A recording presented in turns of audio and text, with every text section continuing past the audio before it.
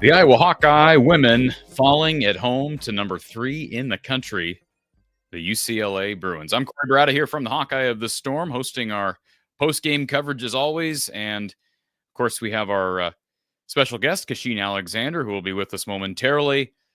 Frustrating afternoon. I think a lot of fans, I was looking forward to a really rowdy, happy, busy post-game show. And I think people are still going to look back at this day and this effort today favorably. This doesn't do anything as it relates to damage to the resume. It was an opportunity missed, and it's the second straight opportunity missed against a top 10 team. Oh, how different it feels to have 2 straight top 10 wins slip through your fingertips, as opposed to being able to look back and say, hey, Iowa beat USC and UCLA and narrowly lost to the Ohio State Buckeyes just days ago. We're joined now by former Hawkeye guard and Hawkeye legend Kachine Alexander, who is with us. Kachine, you are in a different room or a different home or one of the two. I'm in a different room. I'm moving next weekend, so my office is completely packed up. So the only room that is still together is my daughter's. So that's where you got me. It looks good. And I figured you were going on, I guess you're just going on style and on form with the Hawkeye women in their pink uniforms today. Yeah. No, not going to take credit for that one.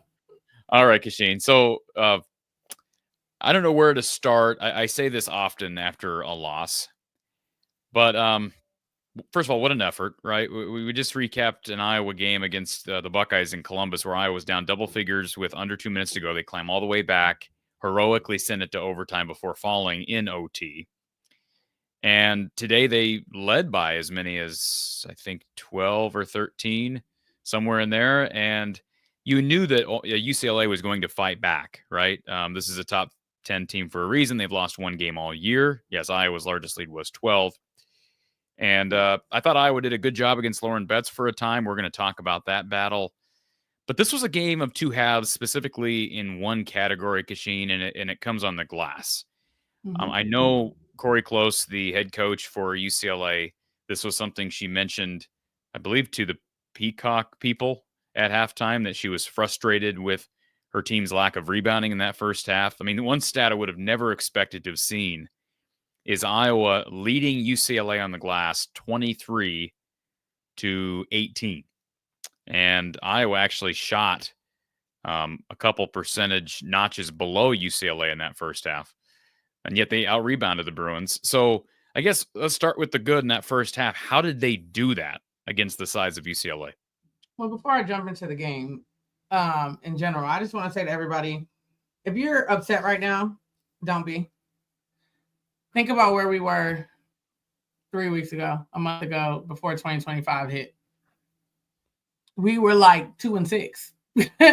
There was no chance we thought that we were going to be in the game. If somebody told us when we was 2-6 that we would be in the game with a chance to win against UCLA, we beat USC, everybody would have been like, yeah, okay.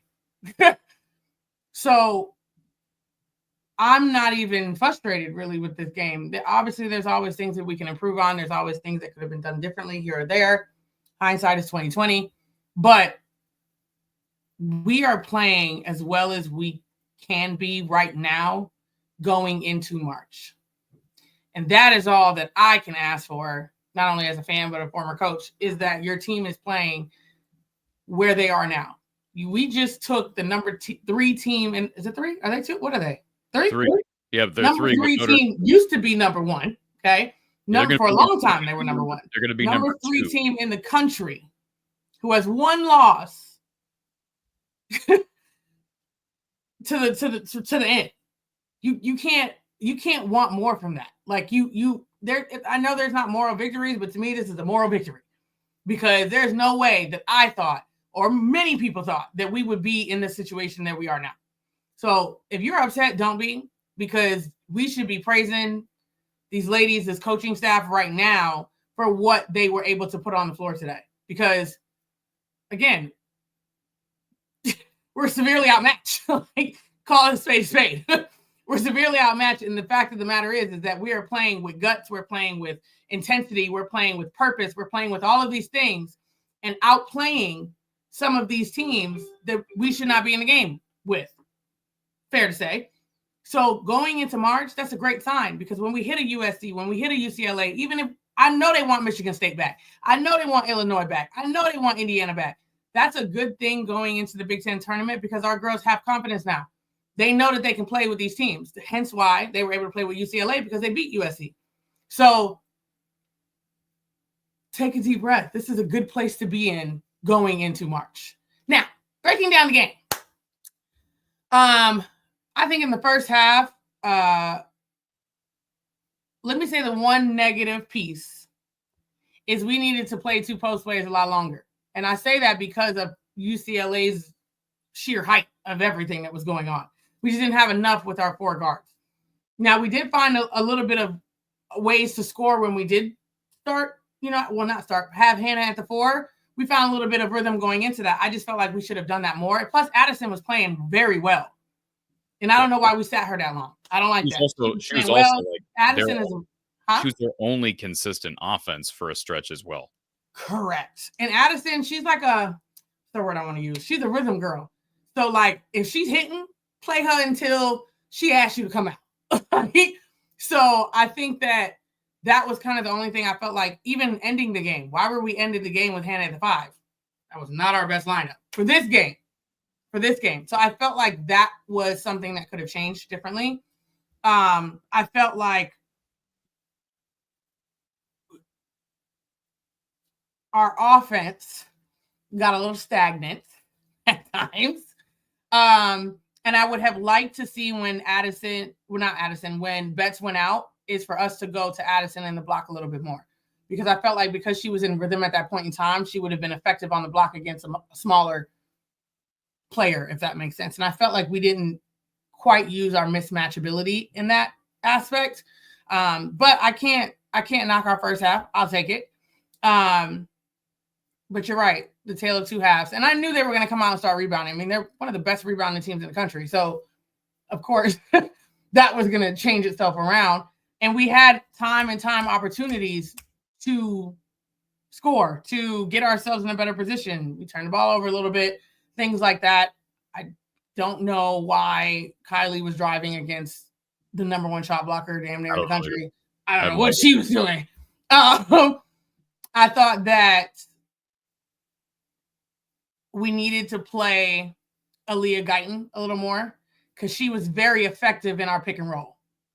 She was very effective in our pick and roll, especially hitting Addison on that pick and roll. So I felt like that.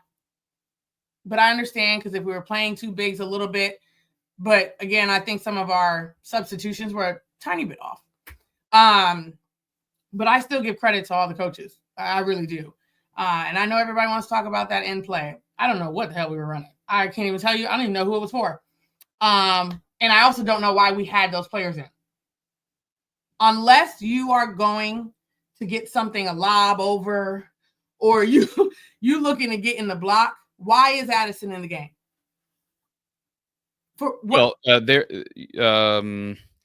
only down.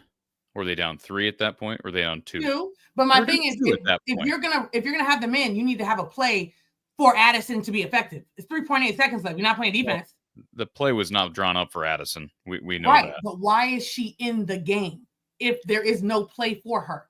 Because she's she's Hannah at the 5, fine. Unless you're going to have Addison on the 5 position and you're going to get something to her, there's no need for her to be in the game. There's none. It's 3.8 seconds left. What's she going to do there? You should have put another guard in who can give you something if a play breaks down. She's pointless up there. Well, put in Aaliyah Guyton, put in somebody else. Here's what I'll say. I don't know what they were running, but when you show the play again, and it was brought up on the Peacock broadcast, you've got Sydney Falter inbounding the ball. And the issue with 3.8 seconds, that is time to inbound, pass, and dribble. That's enough time to do all of that. Now, it's got to be decisive and quick. But if you're going to have Addie O'Grady, and I go back and look at the play again to be sure I'm correct on this, but if I'm not mistaken, Addie O'Grady tried to come out and set a screen for Lucy. So here's my issue with that, all right? If you like her as a screener, is that a potential reason why she was in the game? They like her being able to get Lucy Olsen the ball as opposed to someone like Hannah Stolke. Now, with that being said, Kachine, my other thing about this is 3.8 seconds is enough to have a pass, a dribble, a shot. Addie has been a much more effective jump shooter than Hannah from any distance. Now, she's not a three-point shooter. That's the last shot you want is a three-point shot from Addie O'Grady. I'm just saying if you need someone to screen off the defender to get Lucy a shot, you need a big body. And I think the best option who might be able to stretch the floor a little bit in an emergency situation has proven to be not Hannah, but Addie. That'd be my devil's advocate. So here's my thing with that, right? Addie is one-dimensional, right? So if you're going to have Addie set a screen, she cannot be at the three-point line. What's the point of her being out there? You got to have her set a screen somewhere where she can be effective. Now, using Hannah in that scenario, right? If you're say Hannah's the 5, and Hannah is setting the ball screen because you need that. If you do a guard-to-guard, they're going to switch. It's pointless. So unless you're going to do guard-to-guard and slip out of it, that's the only other option. But if you're going to use Hannah as that screener, right? Betts is going to have to come out. She doesn't have a choice because she's screening and it's coming out. Now you've got Hannah slipping to the basket, which is a much quicker player than Addie. Once she screens, she's dead. She can't do anything. That's it. She's not going anywhere. So my only thing was for that specific play, either you're going to have Addie screen on the baseline, screen at the high post, something, slip to the basket, seal, something of the sort, or maybe set multiple screens. I'm okay with that. But to have her set one screen and pop to the three-point line makes no sense. There's no point in having her there. Even if Hannah was in that situation, Hannah was at least going to drive to the basket. She's not just going to stand out there and shoot. She's got 3 seconds to do it. So that was my only thing with Addie. They just put her in a bad situation if she's going to be out there. I would never have put her out there to begin with. But if they did, then they're going to need to put her in a situation where she can be multidimensional. Like, not just... So, in a situation like that, you're a former point guard and you coached as well at the D1 level. So in a situation like that with 3.8 seconds, is there always a B plan? Should always be. Okay, so if my question, here's my question, follow up to all of this. I want to know what the B plan was on that play. Oh, I have no idea. Because here's the deal. Here's the other thing. If you have a B plan, then maybe you can get away with Addie being out there at the 3-point line if Taylor's coming across to get the quick handoff from Addie, Mhm. or if it's Sydney who throws it in and then runs her direction and gets the ball in stride. I Mhm. don't know how the backup plan. I can't imagine the backup plan, the B plan in that situation was No. for Addie to turn around and shoot. Addie was the only person that was open, so that's what ended up But happening. there would have been time. But I'm saying there would have been time for a pass and then a handoff or a second pass. Correct. That's what tells you there was no B or C. Because, and I know this, problem. there was a situation when I was playing at Iowa. We were down. No, we weren't down. It was tied up. Minnesota at home. Can't remember what year I was, but it doesn't matter. Our first option was Camille. It was our first option to get her the ball, some similar kind of action. And I remember vividly telling Kelly Cry, who was taking the ball, I said, listen, if I set this screen and she is not open, I'm coming to get the ball. As soon as I came to get the ball, I already knew what was going on. But there was a second and third option. I needed to let her know that, hey, this is what I'm going to do, et cetera, et cetera. Now there was a second option, and that was Jamie, but she wasn't open either. So I told her, I'm coming to get it if neither one of them are open. Lo and behold, what happened? Both of them got taken away. I came to get the ball. I ended up driving. We scored, whatever. We ended up winning the game. But there has to be at least 2 or 3 things after that because you don't know what the other team is going to play defensively. This just seemed like we're trying to get it to Lucy. And then Addie was just standing there and we didn't want to get a 5-second call. So here it goes. Even if Addie is that option, there should have been something else. Hey, if I have to get it to Addie, somebody's coming off the opposite direction off of a handoff. I would have liked that. I would have liked misdirection. You can use Addie there. I'm fine with that. But there's that. Personally speaking, I might have just put all guards in. Call me what you want, but I might because again, with the post players, you have Bet sitting in the paint. She has nothing. She doesn't even do anything. Yeah. So I would regardless say of the situation, if they're going to play her, they got to guard us. Thinking about that aspect. If we don't have an advantage in the post, which we did not, then put in 5 guards. Put in 5 guards and run a play off of that to get Lauren Betts out of there because she's got to guard them. She can't sit in the paint. They all can shoot. So she got to get out of the paint. Now you have the open area in the paint to drive when she's not in the paint. My question is in a situation. So here's my question. And this is, I guess, the game of cat and mouse. But if Coach Close sees that Addie O'Grady, even Hannah Stulke, if they're going all guards, she's probably not leaving Lauren Betts out there. That's my only response. Some people do, some people don't. They might. The one thing I will say, though, it's easier on offense to adjust to something that you've never done before. Meaning, because you're 5 guards. You've played basketball many times. It's harder to adjust with if you're going to take out Lauren Betts, you're going to take out your 4 player, and now you've got 5 guards pretty much guarding them. You haven't practiced that. You don't know what you're switching, what you're not switching. What are you playing? She probably would have called a timeout 9 times out of 10, but that's fine. So I just feel like you put your best options out there. With Lauren Betts in the game, that was not the right play for that. Again, you can still use her to your advantage, but she's so long. Even if Lucy comes off a handoff, Jesus, she covers so much ground. Like, she can still play off of you and still block your shot. Yeah.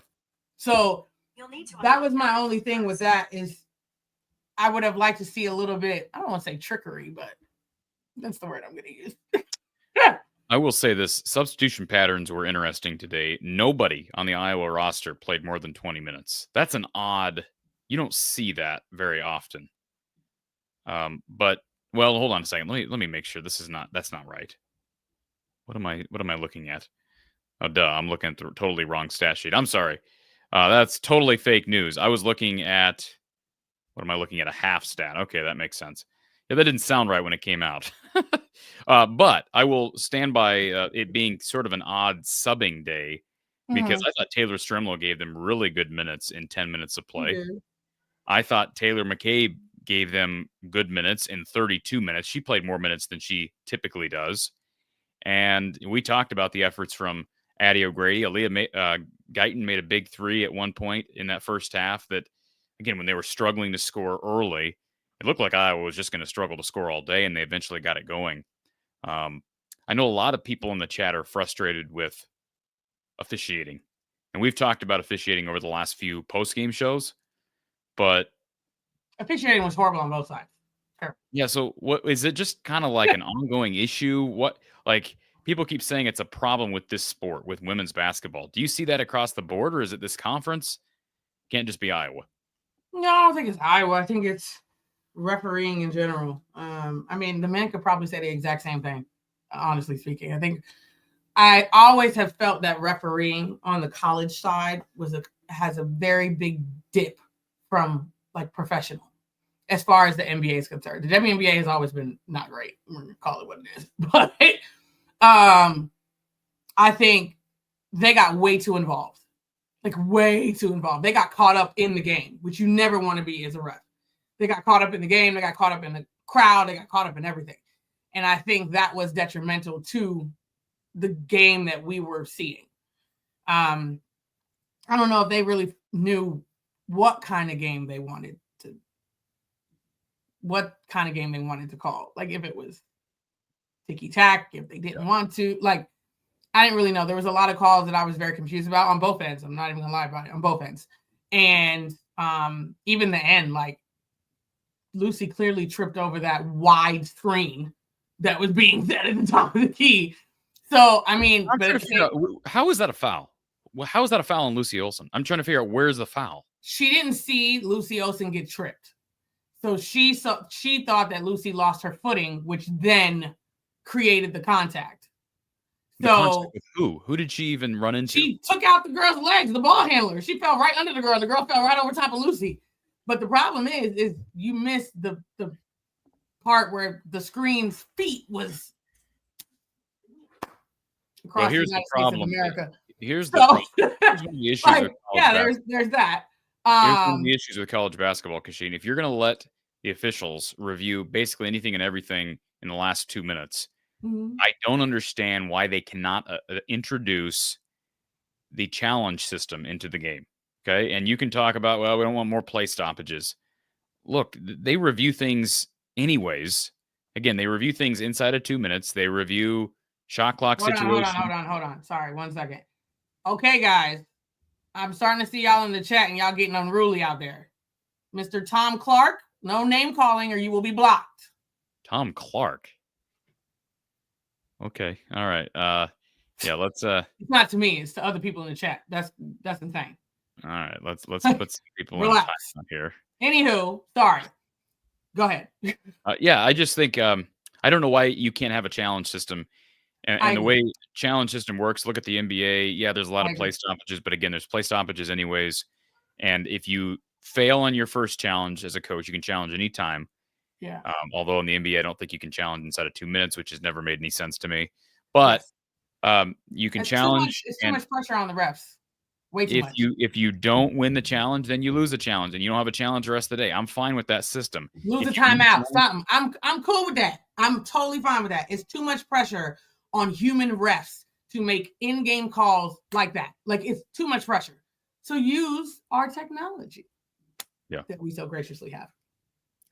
It was funny that it was brought up, and because I've been a tennis guy my whole life, and I saw a post on social media not that long ago, and I think it was basically ripping football and how there's like not even a camera in college. There's not even the camera down the pylon, down the goal line, which makes zero sense. I've sounded off about this a number of times.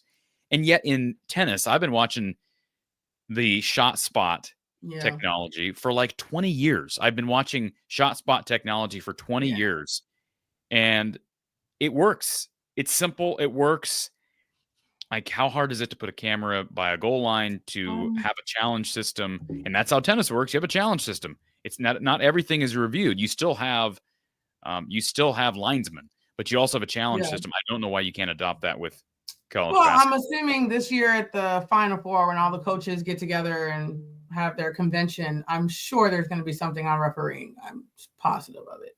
So, because that's the year they always talk about new rules, things that, people may want to implement. That's kind of like when they do it is at the Final Four with all the coaches and things like that. People, I think they have, if I'm not mistaken, they have like members from each conference, like coaches from each conference, things like that. So I am pretty certain that is going to be a topic of conversation, especially after this year in general, because I feel like there's a lot of people who have expressed frustration with refs across women's basketball.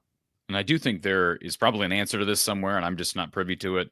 But in the past, at least on the men's side, I don't know about the women's side, Cash, but in the past, the men have experimented with certain rules during the NIT postseason.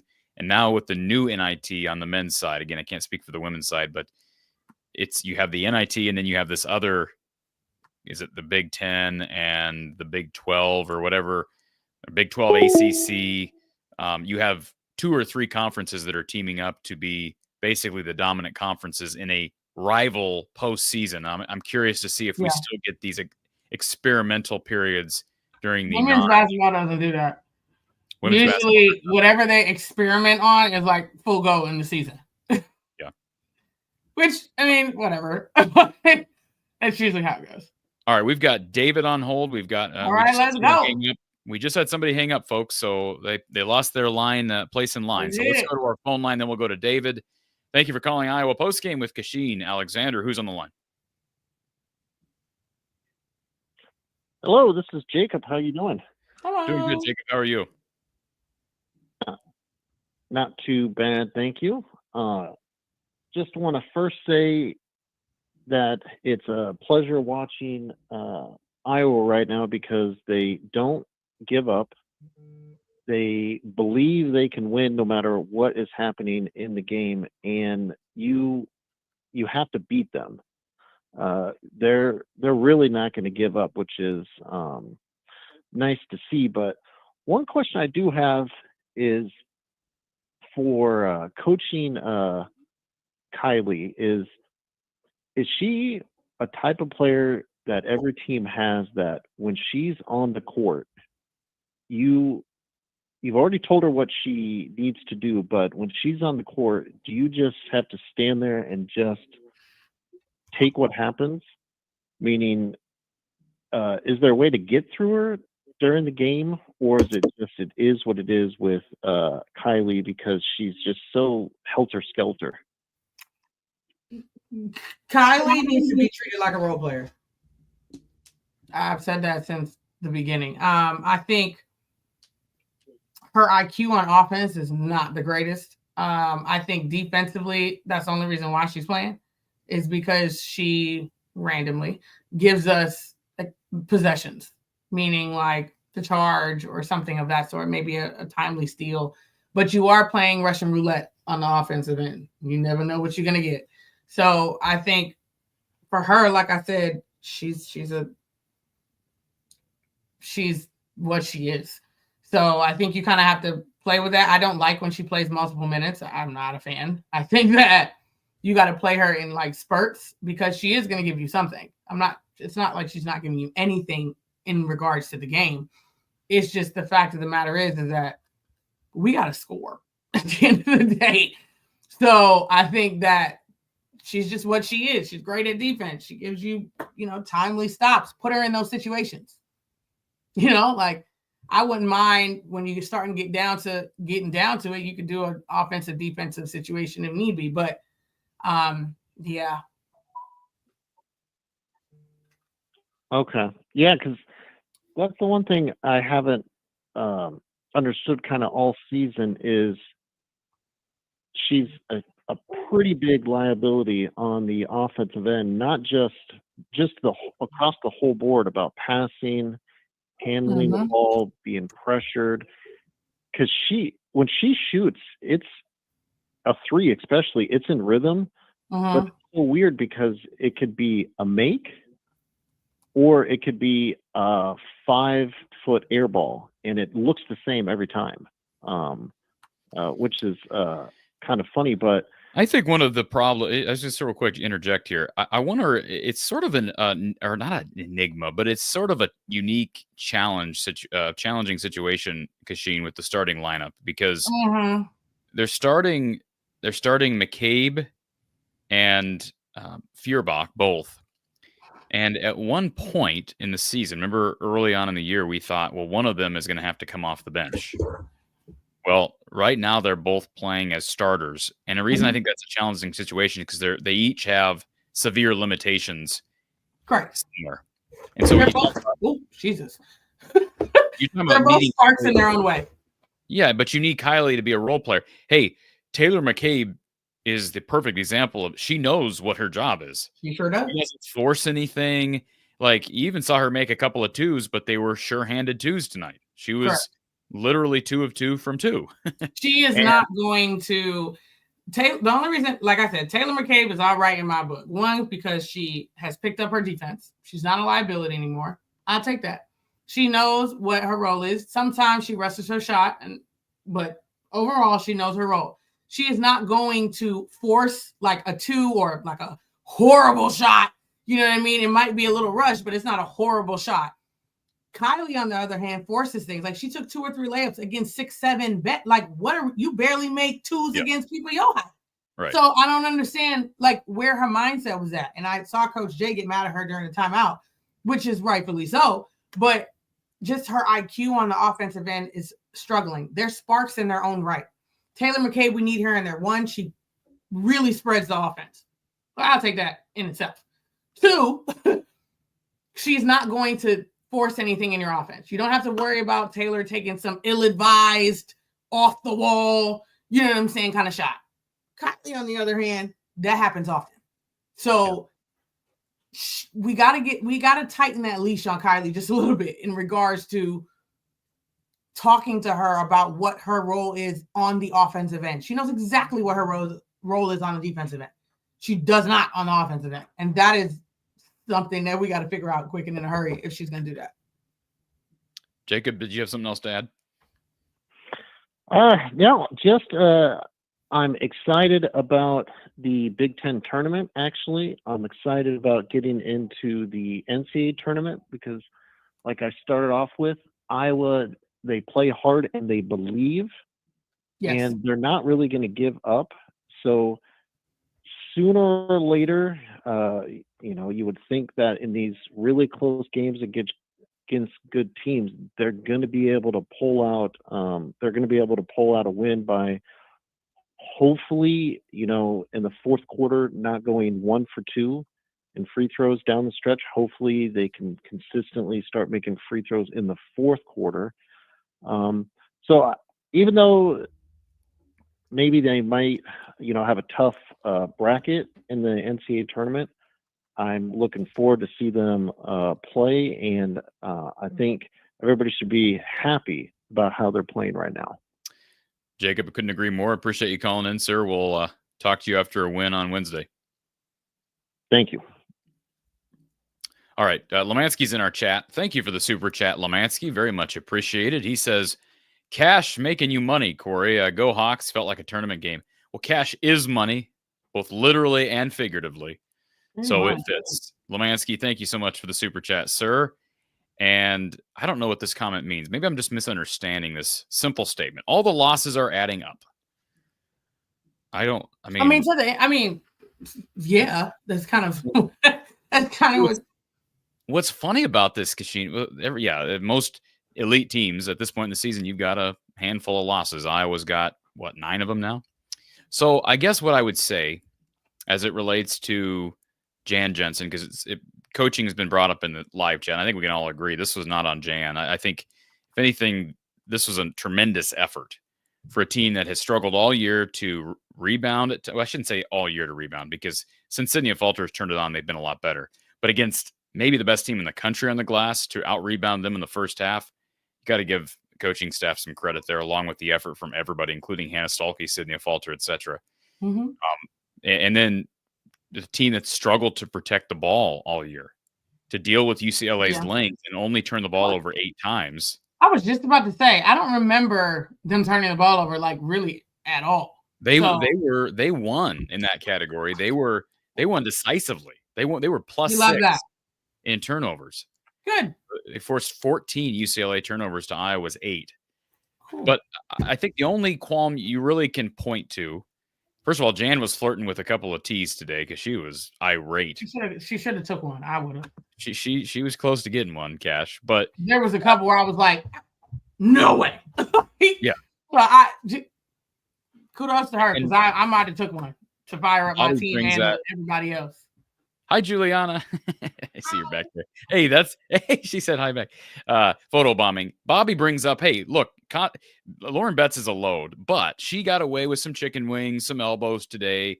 She did. And that's hard to officiate, isn't it, Kachine? Yes. Like, I do think let's give the officials some grace on that because that is difficult to officiate when you have a big physical presence like Lauren Betts. Yeah.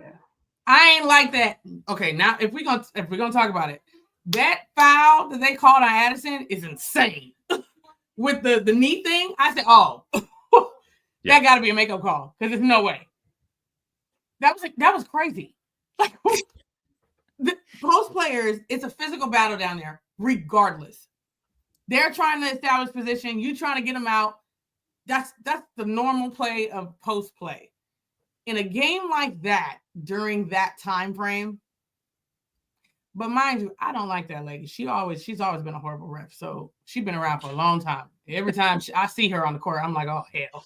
So, but it is what it is. But yeah, I think that's hard to ref because what is too much down there? It's a physical battle in the post, like always. If it's giving the offense an advantage, you got to call it. Like if it's something where she's wrapping around, she's holding. If it's giving the offense an advantage, you have to call that. Unfortunately, because she's now gaining advantage by doing something illegally. If it's back and forth, they're both pushing each other and whatever else, and it's like, it cancels each other out, let it fly, in my mind. I do believe that foul called that Kylie Fearback drew late was the correct call. Peacock commentators were talking, well, I don't know, there was a lot of momentum. She lowered her head, clearly, and Kylie beat her to the spot, and she got mowed over. That's a foul. I stopped listening as soon as the lady said, well, she beat her to the stop. She beat her to the spot, but ain't no but. There's no but after that. If she beat her to the spot, it's end of discussion. She now owns that spot, ma'am.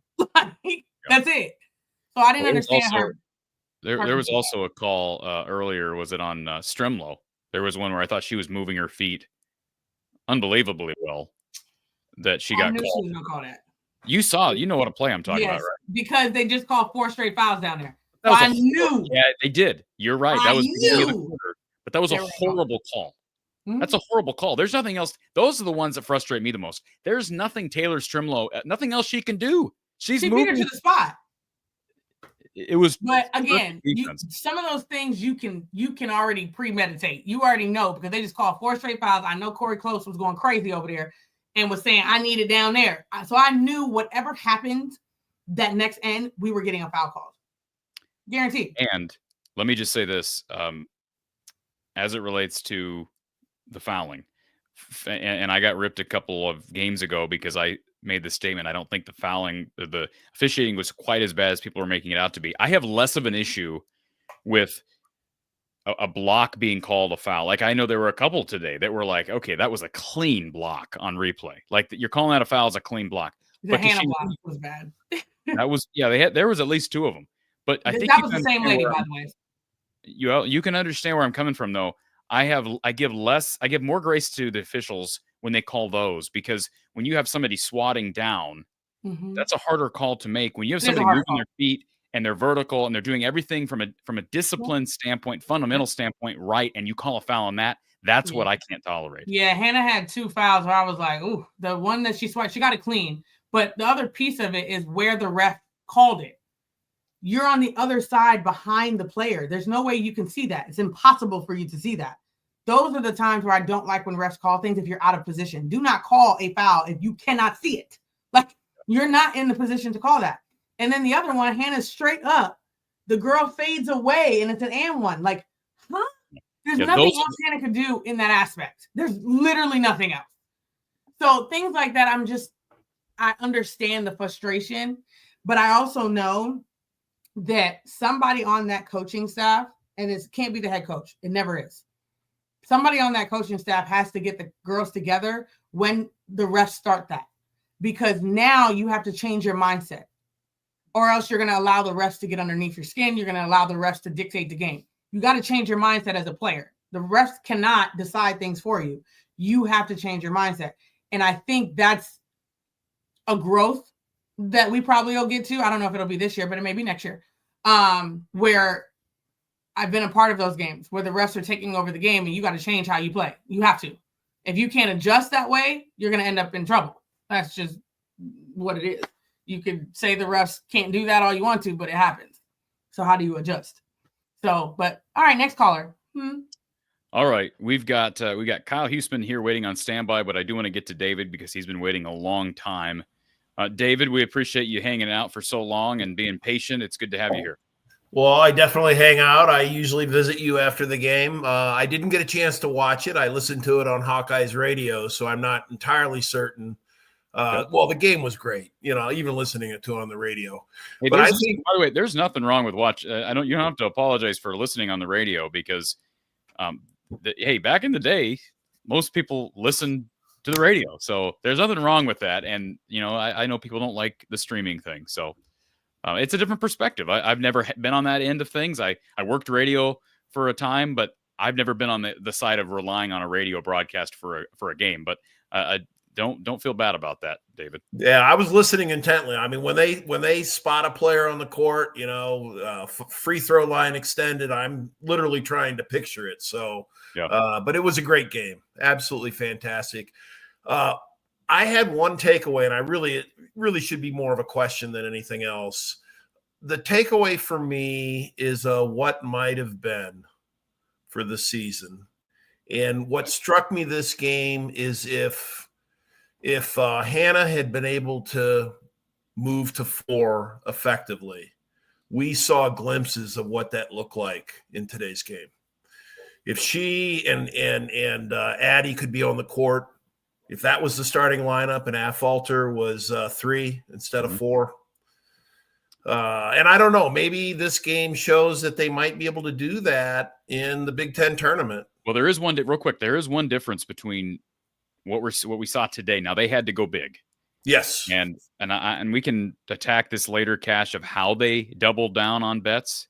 Because I'm curious to get your take on that. I'm certainly no coach, but I will say this, Tom or Dave, excuse me. There's another factor at play here because when Hannah was playing the 4 earlier, Sid Affolter was not the same player she is at this point in the season. I also think that's a factor when you're moving. Like Sid has really come into her own at the 4. Not that she wouldn't be able to attack and do it. She was not the player coming off injury when she was playing the 3 earlier, which made that lineup look worse. So I do think, to your point, maybe they can get away with the 2 big lineup because of the level Sid is playing at on both ends. She didn't have a great offensive game today, but she hustles, she makes free throws, she draws fouls, she's reliable with the ball. So I agree. That's all I had. David, appreciate you being here. Stick around and listen to the rest of the show. I will. All right, folks.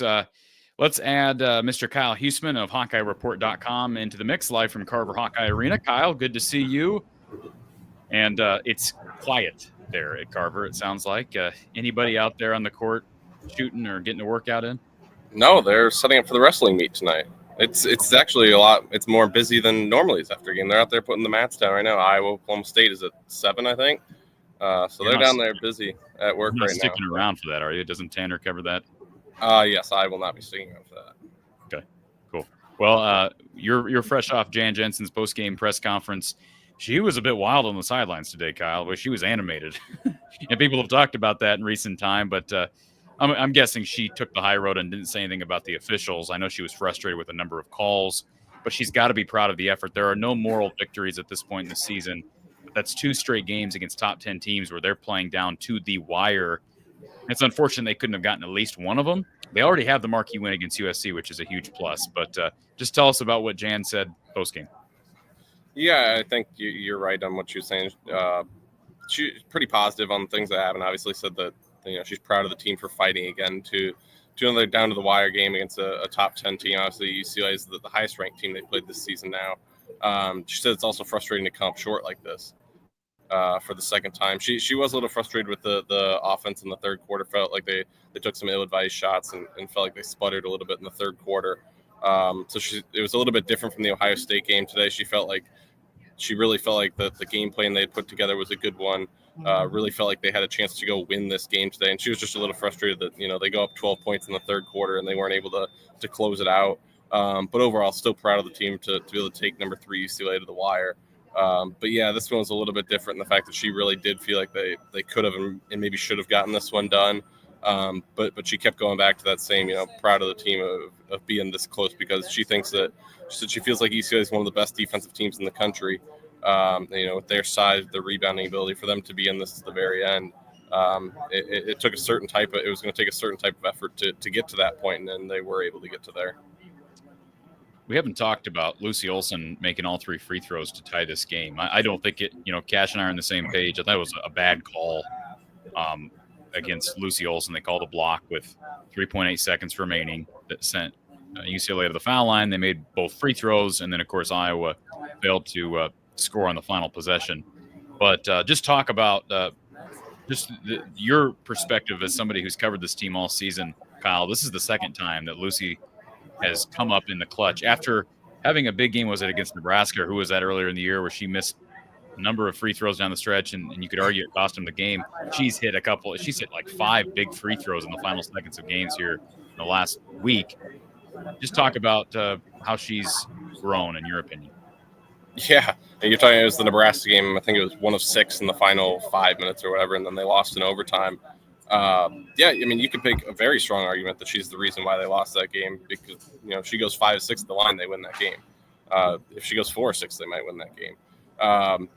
A lot of people gave her a lot of criticisms for coming back out in the court and shooting free throws in the uniform after the game, because people tweeted about it. We did. We tweeted, we came out of the press conference and said, hey, Lucy's out here shooting free throws. And a lot of people gave her flack for, should have made him in the game, whatever, doing that for the media or whatever. It definitely worked, because she has hit some clutch free throws the last couple of games. Obviously, it didn't really turn into wins, but, she was the reason why they got to overtime against Ohio State with those 2 free throws with, a second left in that one. And then I thought when she made those 3 today, they were going to go to overtime. Her growth at the free throw line is she still missed some, but from a clutch free throw standpoint, she has made some big ones down the stretch this season. So there's been a noticeable growth from her with that regard. The foul call at the end of the game you mentioned, I think the foul call itself was fine.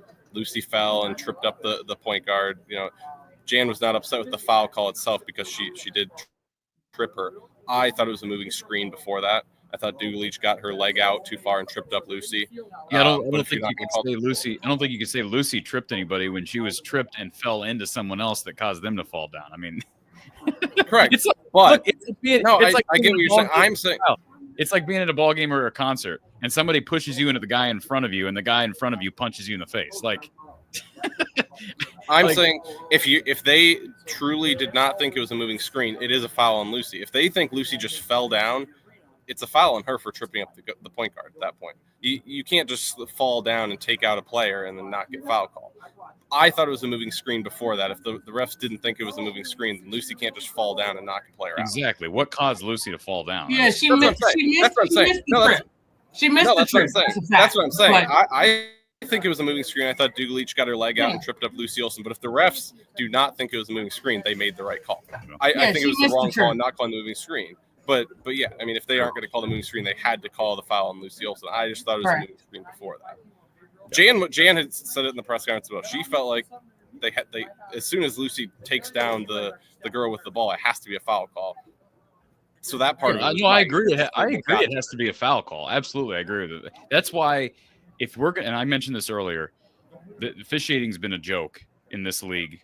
It seems like all conference season. We've been having this conversation game after game after game, and we don't have this conversation for the men's game. People whine about officiating, but not to this extent. No. And Iowa's won a lot through all this officiating, so it's not just about people being sore losers. But if you're going to have the officials able to go to the monitors and review things with under 2 minutes to go, as I said to Cash earlier, the NBA's adopted it. I want to see college do it. Let coaches challenge, and if they get the challenge correct, let them have another challenge. They have it in volleyball, college volleyball. And as I said earlier, they've had it in tennis for 20 plus years. And by the way, if they're going to win a challenge, I'd even like them to adopt this in the NBA. Don't limit it to 2. If the refs are that bad, let them keep challenging it. And the more the game slows down and the more these challenges are correct, the worse those officials will look. And the more the conference will have to make a change as it relates to personnel. That's my opinion. Game already moves at a snail's pace anyways. So That's what I would say, because that would have been an easy one. Guess what, Kyle? In the NBA, that play would have been reviewed and it would have been reversed, and Iowa would have been. Let's see, would Iowa have gone to the line there, Cash, on the offensive foul? It would have just been an offensive foul. They would have had the ball. Okay, so it was UCLA ball. They would have had the ball, but they would have had the ball with 3.8 and been able to advance the ball with a chance to win. That call decided the game. In essence, that call decided the game right there. Yeah. I mean, Coach J, my assumption is she probably didn't see it. I'm gonna be honest. She's probably looking at some of the other things anyways. But I'm sure that is a clip that they'll send into the Big Ten after, like they always do. Because she definitely tripped her, like, wholeheartedly. So it's just. I just don't know how you missed that call. Like, did you blink really long? Looking at something else. You blink really long and hard and miss. Oh, I see her falling, but I don't know where she came from. Like, I just think the challenge system look, the officials are imperfect. So why not have a challenge system? I think it'd be effective. Are either of you, we seem to have this is like a traditional conversation, but against UCLA's size, are you surprised we didn't see any Ava? Not really. Just I didn't think Addie O'Grady did a poor job. I think the thing of it is I don't think what you're going to get. I guess Ava gives you a little bit more height than Hannah Stolke, but I don't think there's a giant difference in what you would do with Ava out there instead of like Addie O'Grady is a different matchup from Ava Hayden, but I don't think Ava Hayden being on the floor is much different than Hannah. I'm just saying because they're both athletic players. Saying throw fresh bodies at her, Kyle. Or throw fresh, long bodies. Body is not going to change Lauren. Guess what? I'll say this for the people that. Hannah was totally ineffective. Right, so that's why you play Addie more. Okay, well, you play Addie more. They played Hannah and Addie on the floor, which gives the opportunity for minutes for Ava. That's all I'm saying. If you're going to play Hannah and Addie together, that potentially opens up the door for a rotation. Yeah, but the reason why she didn't play is because they didn't do that as much as they should have. So if they put Hannah and Addie on the floor, I don't think they would have. When one of them came off, they just moved if Addie came off, Hannah just went to the 5. They wouldn't have. Well, but she was ineffective at the 5. That's what I'm saying. She was ineffective at the 5 today. Can we agree on that? I can. Yeah, I agree. So I don't know why to me, after that first quarter, when Lauren Betts is getting anything and everything she wants offensively, I would have just said, okay, we're not playing Hannah at the 5. We need her on the court, but we're going to have to make an adjustment. Let's play her at the 4, and let's see, because that was their best lineup today. I would have personally never gone back to playing Hannah. I just don't feel like Ava might be athletic, and we know that. I wholeheartedly believe that Lauren Betts would have destroyed her. She's a freshman. Like, you're now asking a freshman to go up against probably going to be the National Player of the Year. That doesn't sound to me. I wouldn't do that. That's just my take, unless I have to. If I have to because we're in foul trouble, then I ain't got no choice. But Ava is tall and lanky. She doesn't have college body yet. She would have just backed her down. Like, she was moving Addison O'Grady in a kick out and repost. Like, she would have been under the hoop. Hold on. Let's not forget they were doubling down on her down the stretch, regardless of lineup. They were doubling down on her the stretch of this game. So I don't really know that holds water, Kachine. This wasn't an issue. Let me tell you why it does. Regardless of if you're doubling or not, if you're post player, the first person who is guarding, primary person is guarding Betts, if she reposts and she is literally, you're under the hoop, double don't mean nothing. All she's going to do is just turn and go over. The double will be too late at that point. You have to be able to push her out in order for the double to be effective. That's it. So that's what she was doing, and she started doing it very well, is she'll get a post, she'll wait for the double, she'll kick it back out, and then she'd repost. And now by that time, it's too late to double because she's right there. That's what would have happened to Ava if she would have been playing. Well, let me just say she's not strong enough right now. You tell me I'm wrong on this, Kachine, because you've coached the game, you played the game at this level. So my issue with what I'm seeing from the double teams is I don't know why if you're going to have a double and front with a 2-post lineup, I would have Hannah trying to, especially with her size, low man wins. I'd have Hannah trying to body her up, and then I'd have the taller post player. I'd have Addie fronting her to avoid having that pass over the top thrown in between. We saw that down the stretch today, we saw, what was it? Late fourth quarter, Betts to the assist to whoever it was in the paint. You know what I'm talking about? The pass. No, I'm saying you would have put who's the primary defender on Betts? I'm not saying, well, primary defender, you've got 2 defenders. You got somebody doubling her every time. I know, but who's not the in the normal run of play though? They're not just doubling her right off the dribbling. Well, in the half court, when every time she got a touch, she was getting doubled. That's what but I understand that. But what you're saying, the way you're saying, if you're saying you're doubling as soon as she catches the ball in the scenario that you just put together, means that Addie O'Grady would be guarding someone off the center, but she would be guarding someone on the perimeter, which would not happen. Well, I think if you play a zone, right? If you're in a zone, you can figure out. You can basically have 2 players shadowing her at all times, and because they had to front. You have to front her, but she's too big to totally front her, right? She's too big to totally front her. So we stopped fronting because they were just throwing the ball over the top. Regardless of where regardless of where they threw it, sometimes they threw it under the hoop. That's what I'm saying. She was still getting buckets. Play the 6. Addie O'Grady was fine when she was behind Addie or Lauren Betts. I'll say Lauren Betts in the press conference said that she felt like Addie was a really solid defender. It was an aggressive. I am saying to avoid the touch. You don't even want that ball to get touched because it's impossible. The ball.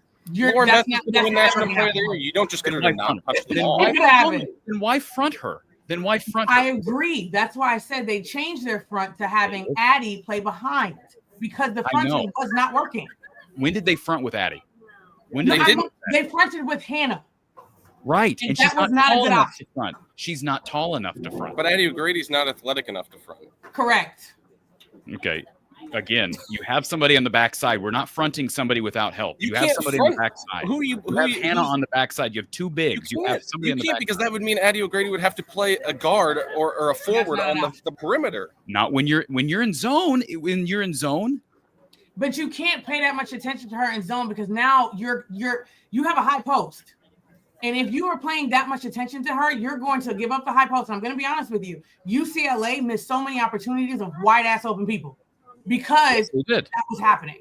I know. What I'm saying is, regardless of the situation, the best option for Lauren Betts was Addison O'Grady using her position and pushing her out so that we can double. That was the best option for us. Hannah could not front her. They were just throwing that thing over top. I know. Addison O'Grady cannot front her. Not an option. Addison O'Grady cannot play on the perimeter. Not an option. The only option you have, and that was working outside of our zone, was that you had to push her out, make her do something. It's the only other option you have. Unfortunately. So that was my only thing. And Ava, again, like I said, she was just gonna bury her. The only other option for Ava is to have Ava front, which I don't know what that looks like, so I can't really state that. Maybe Ava could have been better at fronting. I don't know. I'm just saying you have two 6'3", 6'4" bigs. I've got to think there's a way, even if you're having to play zone, to use that length to front. And if you don't have that length, then why are we sending somebody to front? That's all I'm saying. I understand. I already agreed we should not have been fronting to begin with. Well, all I know is I wanted UCLA shooting threes all day long. I did not want her to get touches. I did not want Lauren Betts to get touches. The only way she gets touches in the sense of that is if you are fronting. She doesn't have to do anything because who's coming over to help? Kylie Fearbach? That's why you don't front her. Let her get the ball. Now you're forcing the ball out of her hands when you trap because she can't do nothing with it. Force it back out, kick it out to the 3. But that fronting stuff, they just kept throwing it over the top. She's 6'7". You can throw it to the baseline. It doesn't matter. She's still gonna catch it. And at that point, you can't double if she's catching it that low. You can't do anything. You are a sitting duck if that girl catches it within the arc. She's literally just gonna go right over top of you. You got 3 people on her. It don't matter. She's taller than everybody. Push her out. That should have been the game plan from the beginning. But again, you can't do that because Hannah is way undersized. She couldn't push her out anyways. So that was the problem to begin with. And I get that we don't like changing our lineups and whatever else. We probably should have started in zone if that was the case. But you live and you learn.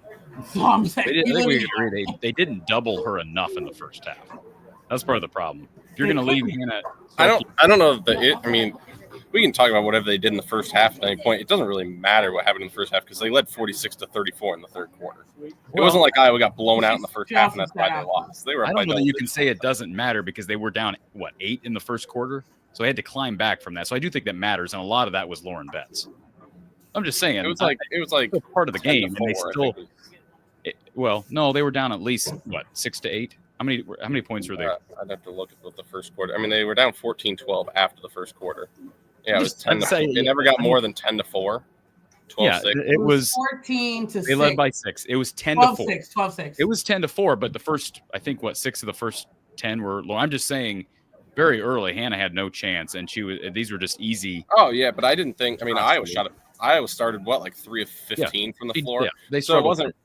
To me, it wasn't UCLA anything that Iowa was doing poorly defensively. It was Iowa just couldn't hit a shot early in the game. That's why UCLA went up there 12-6 or whatever. Yeah. By the way, this isn't the first time it's been 2 against 1 with me talking about post play. So I'm not going to act like some expert on post play, but you two seem to agree when it comes to these discussions on the post and how to defend the post and rotations. And I seem to be the person on the island. And so I'm like Hannah Stolke was in the first quarter. I was left out on an island. So anyways, Kyle, anything? I know we're kind of going all over the place, but big game coming up Wednesday against Michigan.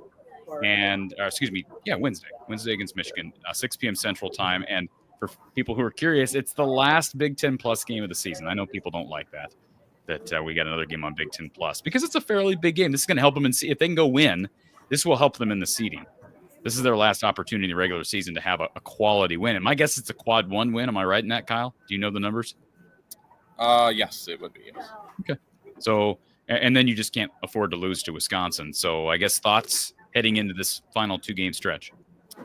Yeah, I think I mean, Michigan's a very good team. I don't want to say that they're not. I think it's going to be tough to go win there, but I like Iowa to win the game. As of what I've seen over the last 8 games, even these last 2 losses, I like Iowa to go beat Michigan, and then finish up with a win against Wisconsin.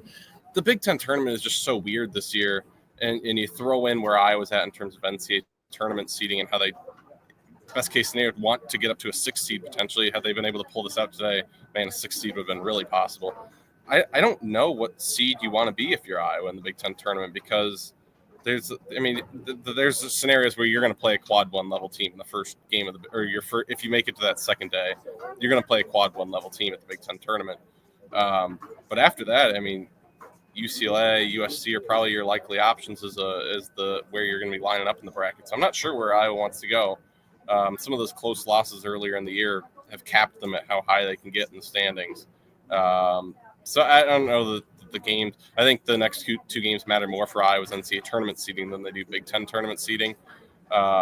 Just because I don't feel like there's much they can do with their Big Ten tournament seeding unless there's a couple of upsets. But yeah, if Iowa goes and beats Michigan and beats Wisconsin, they go into the Big Ten tournament with at least a shot at 6th seed in the NCAA tournament. It would probably take getting to the semifinals to get a 6th seed at the NCAA tournament. But they'd have a shot at it. The other thing about this game today that I would like to point out would be that last play of the game. I'm sure people have a lot of questions about Addie O'Grady shooting a 3-pointer. So that was technically part of the play. So the first option on the inbounds was going to be to Hannah Stolke on a quick dive to the basket, which was covered. And then it was Lucy Olson coming off the screen, which was covered. And then the third option on the play was inbounding to Addie O'Grady because they knew that would be wide open for a chance at shot. And now here's what Jan said. Addie O'Grady is someone that can shoot a 3-pointer. She has that range on her shot. It is not a play that they practice, though. This was a play that you pull out in a last-second situation where you hope that the first 2 options are available, and if they aren't, you go with that would be wide open. And it was open. Addie O'Grady had an open shot at a 3. So it's one of those where you don't really want to get to that option, but they knew it would be wide open. So if you had to get to your last-ditch effort option, they felt okay with that being the shot, I guess. I don't know that I agree, but if they do truly feel like, I mean, we're not the ones in practice ever, so I guess if Addie O'Grady can shoot 3s, I guess. Well, she airballed it, so. Yeah, I mean, yeah. I know hindsight's 20/20, Kyle, but it wasn't. No, I don't agree with I don't know how I would put this. I don't agree with that being it wasn't the first option. I'll say that. That shouldn't have been a option to begin with. I don't care if it's 1, 2, 3, 4, or 5. That shouldn't have been an option. Nowhere in that option. Now, getting it to Addison O'Grady, fine, but she should not be taking the shot. It should be somebody else coming. You have 3.8 seconds. Somebody should be coming off of that for another action, not her shooting. I think that with 3.8, that's why I don't like it, because there's 3.8 left. If there's a second left, yeah, that's different. Then you say, okay, third option, Addie O'Grady, wide open 3, fine. I disagree with it with 3.8 seconds. I'd assume a lot of people are going to disagree with 3.8 seconds. That was the play call. But I think that's the thing that needs to be said is there are people out there that I've seen on Twitter that believe that was the drawn up play call, was to get Addie O'Grady a 3. That was the third option with 2 other options before that were covered. So I guess, that doesn't really make it better in any way, I guess, for some people. But I disagree with it. I think that with 3.8 seconds, you could have inbounded to her and like you guys said, tried to get it to someone else off of that. Now, there were people saying they got tipped. I don't know if you guys saw. I didn't get to see any replays. Did you guys think it got tipped? Okay. Hard to tell. If it did, obviously that changes things a bit. If that was something that got missed, but I didn't get to see a replay. But that is what Jan said. First option was Hannah, and then Lucy, and then getting it into Addie was the third option on that final play. Can I just say something else? And this may be an unpopular opinion with one or both of you. I don't like continuing to go back to Hannah Stuelke as the number 1 option. I was confused about that anyway, but keep going. Well, just to be quite frank, Lucy's their best player. She's been their best player throughout the second half of the Big Ten Conference season. They already went to Hannah Stuelke on a big possession, and she's done this several times, Kachine, where she's failed to make a big shot that's been drawn up. Unless you're making a play that's going to get her wide the hell open. Right. But I don't think any inbounds play is like a side-out inbounds play where you're trying to score off of it that quick. You're not going to be able to run. Your first option is not – like you're always going to have a quick hitter right off of the inbounds. Oh, yeah, always. Which would be Hannah. It doesn't mean it has to be your first option, but there's always going to be a quick hitter to a – you never run a side inbounds play that you're trying to score off of that's going to give you – like you're not going to wait for Lucy to come off the screen 3 seconds into the inbounds to try to be your first option. So Hannah being the quick hitter off the first thing isn't necessarily bad. If it's open, but if it's not, Lucy coming off the screen is supposed to be your second option. But you would never run a side inbounds play where you don't have a quick hitter to a center or something like that. Hannah's got one move down there, and that's why, going one direction, she's got one move, going the other direction. That's crazy. I probably, like I said, I didn't feel like Addie should have been in there to begin with. I say this all the time, but if we were going to use Hannah of some sort, right? Hannah, having somebody else be your first option, sure, fine. There's plenty of other. You could have had like a triple screen of some sort, like a triple staggered or whatever, and maybe it is Sydney and Falter coming off first to be your first option as far as like a quick hitter. Hannah, I would have liked to see her be in that Addie position and a fake handoff going the opposite direction, and then Hannah going back to her right. That would have been quick. It would have been something that at least Hannah, because now Betts has to figure out what she's doing. Is she going to go? 9 times out of 10, she's going with that handoff. Now you have a quick hitter where Hannah is now turning and going quickly. She's, 2 dribbles at the free throw line? Like, probably 1. But regardless of the fact, now you've got something quick. It would have to happen quick, of course. But I felt like that probably should have been the play because they were going to key in on Lucy. That's the fact. You use her as a decoy. I know. So, but it's something of that nature I would have been okay with. But it just was – it's almost like after Lucy, everything else was like, Well, I know that it's hard to drop a play and get an open look with 3.8 seconds, but I said it out loud with 3.8 seconds, Kyle. I said before the play was inbounded, I didn't even mention Hannah. I said, I want Lucy or I want a Taylor McCabe 3 to win. On one of those two. That wasn't the issue. The issue is those are you were never going to get a Taylor McCabe 3. You were never going to get those. She on the court? They would. Yeah, she was on the floor. So, they're going to pick her up and throw her into the crowd before they let her shoot a winning 3. All right, then get her off the court. In those situations, you've got to create something that they're not going to think about. Then you don't take her off the court. Why would you take Taylor McCabe off the court then? Because then you're playing 4-on-4. She's a decoy. You were just advocating earlier for Aaliyah Guyton to be on the court more. I did. I would have rather have Aaliyah Guyton there If we're talking about someone with the ability to create, because she can shoot threes and create. I agree. But the issue on an inbounds like that, because you can't just have like 5 guards on the floor on the final play of the game. You can't. It's been you have to have it, because you can't, like, if the ball gets inbound to an Aaliyah Guyton with Lauren Betts guarding her, that's not going to go well. 3.8 seconds. I would love that. I would love Aaliyah Guyton being guarded by Lauren Betts. Come on. All you got to do is give her one pump fake. She's going for it. Guaranteed. That's right. And here's the other thing. I'll say this. One thing I'm not happy about with Lucy Olson, kudos to her for making those 3 free throws at the end. She stepped up big in the clutch down the stretch of games here of late. But she's got to take better advantage when she's got Lauren Betts pulled off on a switch. She's got to take advantage of that. Don't be trying to dump it down to Hannah. Take advantage of that. Listen, she needed to treat Lauren Betts like Luka Doncic treated Rudy Gobert in the playoffs last year. That's what she needed to do. And so that'd be my one thing to Lucy.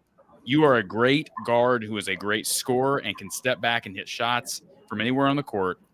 Take that 6'7", who, by the way, she's equivalent to like a 7'2", 7'3" men's player. Take her to school out on the perimeter. I mean, she had the switch, right, Kachine? She did in one of those. Anyways. You know, it's funny. I remember my coach once always telling our guards that if you get a switch and if you can't get it down to the post player for whatever reason, right, go to the rim because there's nobody that's going to be able to offensive rebound with that post player. So if you miss it, 9 times out of 10, Hannah's getting that board because now she's got a guard on her trying to deal with her down there because Lauren Betts is now completely out of the play because she's now contesting your jump shot. So, or whatever you got going on, your layup, whatever the case is. So that was always the confidence of, listen, if you can get by her, break her down, etc. If you missed it, your post is going to clean it up because nobody's boxing them out.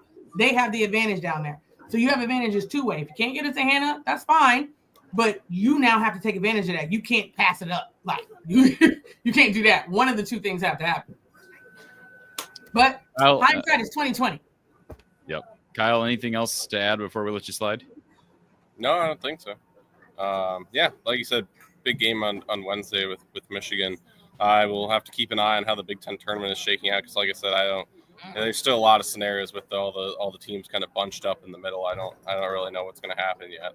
I saw Washington decided to go beat Nebraska by like 20 today, so that was something that I had not figured into the scenarios. So I don't know how that changed things, but I mean, I think if Iowa can go finish and win against Michigan and win against Wisconsin, that'd be a pretty good 10-game stretch to end the season to go in with some pretty big momentum going into the postseason. Kyle Huseman, HawkeyeReport.com. You can follow him on X at Huseman Kyle. It's Huseman with 2 N's. Kyle, we appreciate your time as always. We'll talk to you Wednesday. Thanks, guys. Thank you, sir. All right. I still want to have a whiteboard session with you, Cash. And I want you to tell me that you can't figure out a way to have both Hannah Stuelke and either I already have an option. You want me to tell you? Go ahead. So this is another way to do it. You definitely have to have days to practice, which we did.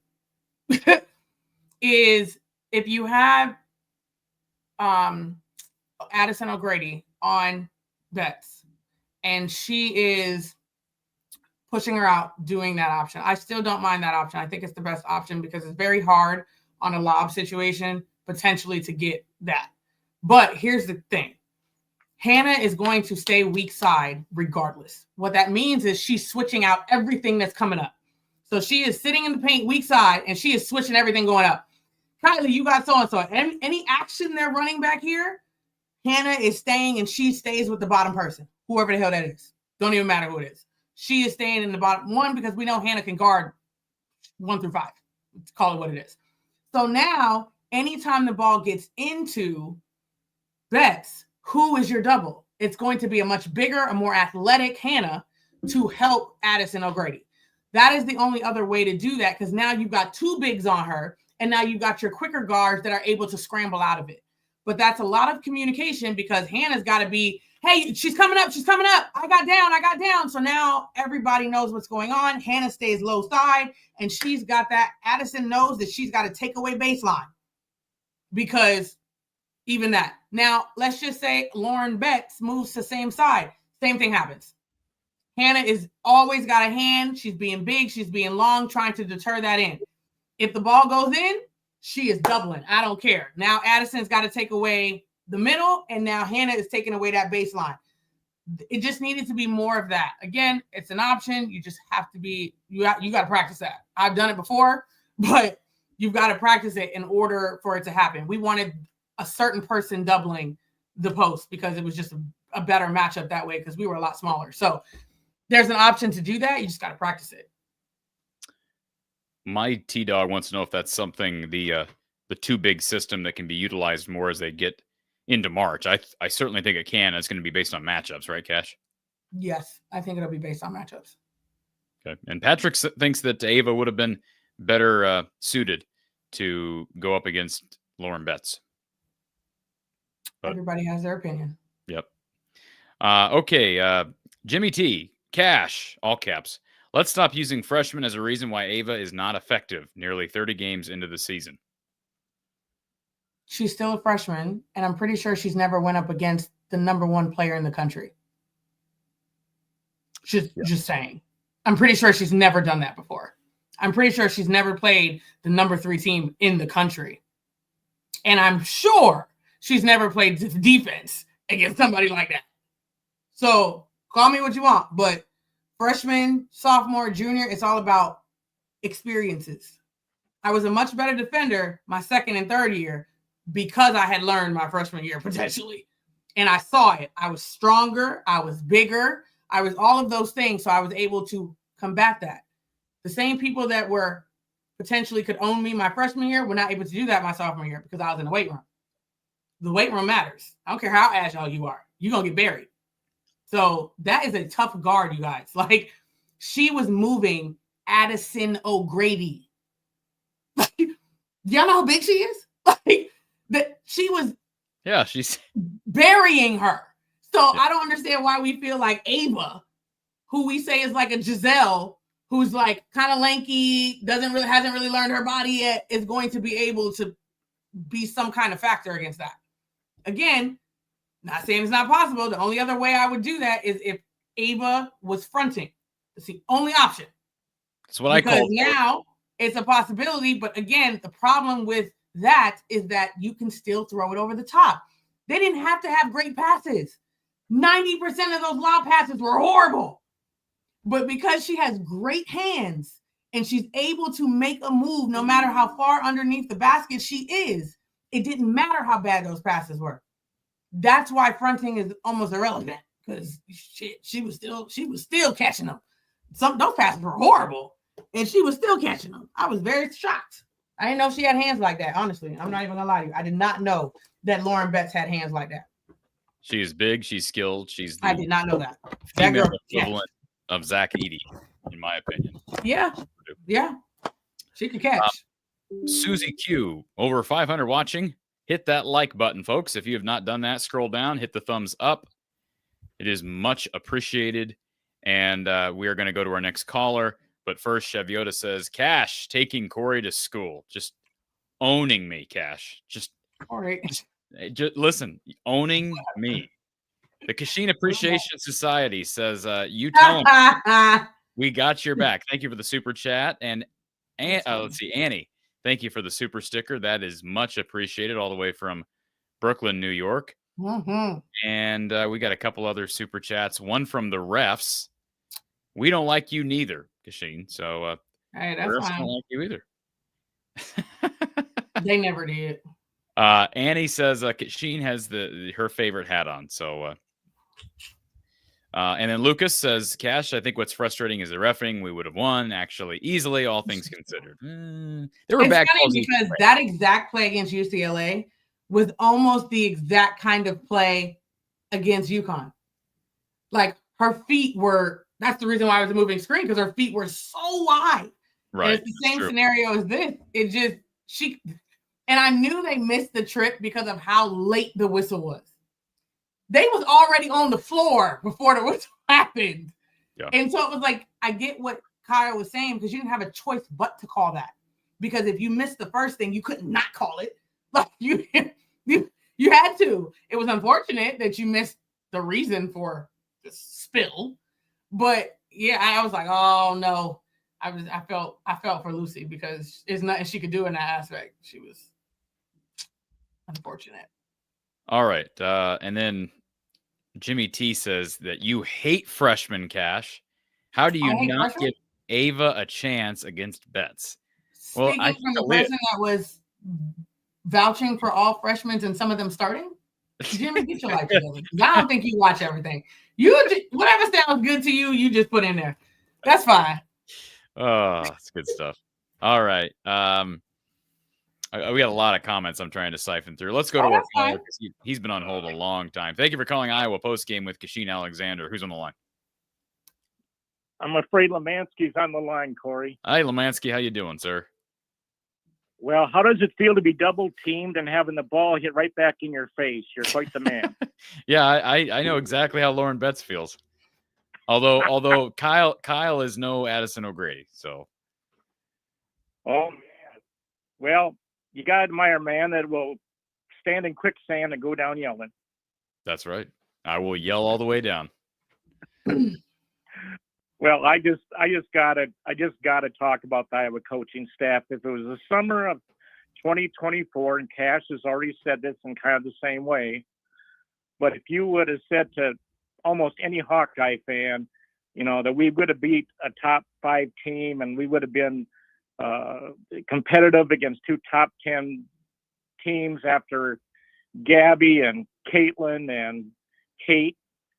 Look at all the scoring and experience gone. And I'll say it again like last week.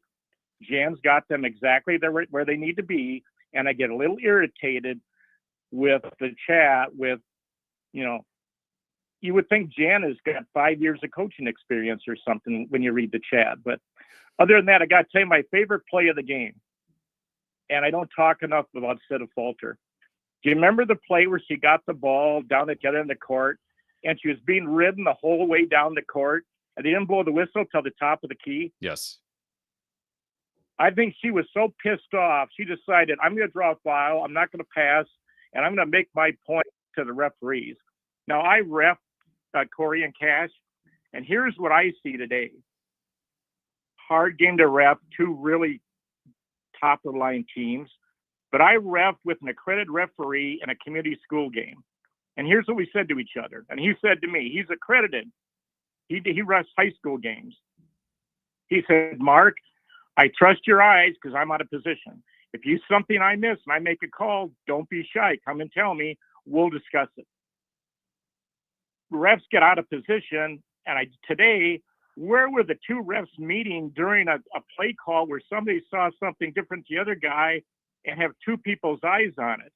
Like, I refed the game at a buzzer beater on our home court, and it was a community school in Iowa, was our home court, buzzer beater that left the fingertips. We rushed to the center of the court. What'd you see? What did I see? We saw it the same way, that the goal is good. Of course, our home team won, and the ref came off the sideline and said, you're too fat and stupid to be a ref. You didn't see it. And I said, why do you think we got together? I said, the other ref's an accredited referee. And then he left me alone. Real quick, Lemansky, I don't know that fat and stupid always go hand in hand. That's a really low blow for somebody to call you that. One can be one without the other. Well, to be fair, they won't let you ref a community school game unless you have basketball experience and you're somewhat in shape. I'm sure some college coach said, I'm sure Bobby Knight said that to some referee or something worse, but I thought the coaching staff, preparation and scouting, when you look at the whole picture, basically Betts he's like Michael Jordan. She's going to get hers. And everything else has to work. So I really like the strategy. And I'm going to say I like the pace of the first half because then it seems to me, and maybe you and Cash can comment on, then I'll hang up, that when we go to half court offense too much, we got our lead when the pace was relied on quickness. And I think the Iowa coaching staff knew that. And then when this refereeing got so screwed up and the whistle stops all playing up this half court crap, I think Iowa's coming, but sometimes we lose momentum when we got to go half court and run it. And I think it's more experience than talent. You can comment on that. Cash, you want to comment on that? Yes, I mean we've that's been something we've said many times in regards to our pace needs to pick up, and we're not a very good half court team. That's a fact. We just don't have as many offensive weapons to become a half court team. By the way, Paul in the chat, Paul V, who says 95% of us could not handle a D1 women's basketball player. I think men underestimate how strong women like Betts are. Who is saying? When did any of us ever say, well, if I was I down think he's there, just making a comment in the sense of Okay. there's levels to strength, okay, and even in Division I, and I think that's where even Caitlin Clark was being pushed around her freshman year. She's not college body ready. Now she might have everything else by all means, okay, but even then. It was still, that's just what it is. You have to get into the system. You have to work. You have to do all of these things. So part of your track and part of even the freshmen that are currently on our team, now they come in differently because Taylor Stremlow is stronger than some of the other freshmen and so on and so forth. But she's only going to get stronger. She's only going to benefit her in the long run, so on and so forth. It is a vital piece in how you're able to perform. The low man wins. It's a fact. So that's guards included. The low man wins. If you get lower on your drive than your defender, 9 times out of 10, you're going to get a body foul, or you're going to be able to get by them because they're going to have to give up unless they don't want to foul. So, yeah, you're right. A lot of people don't understand how strong Division I women's basketball players are. I agree. I don't think he's saying someone said it.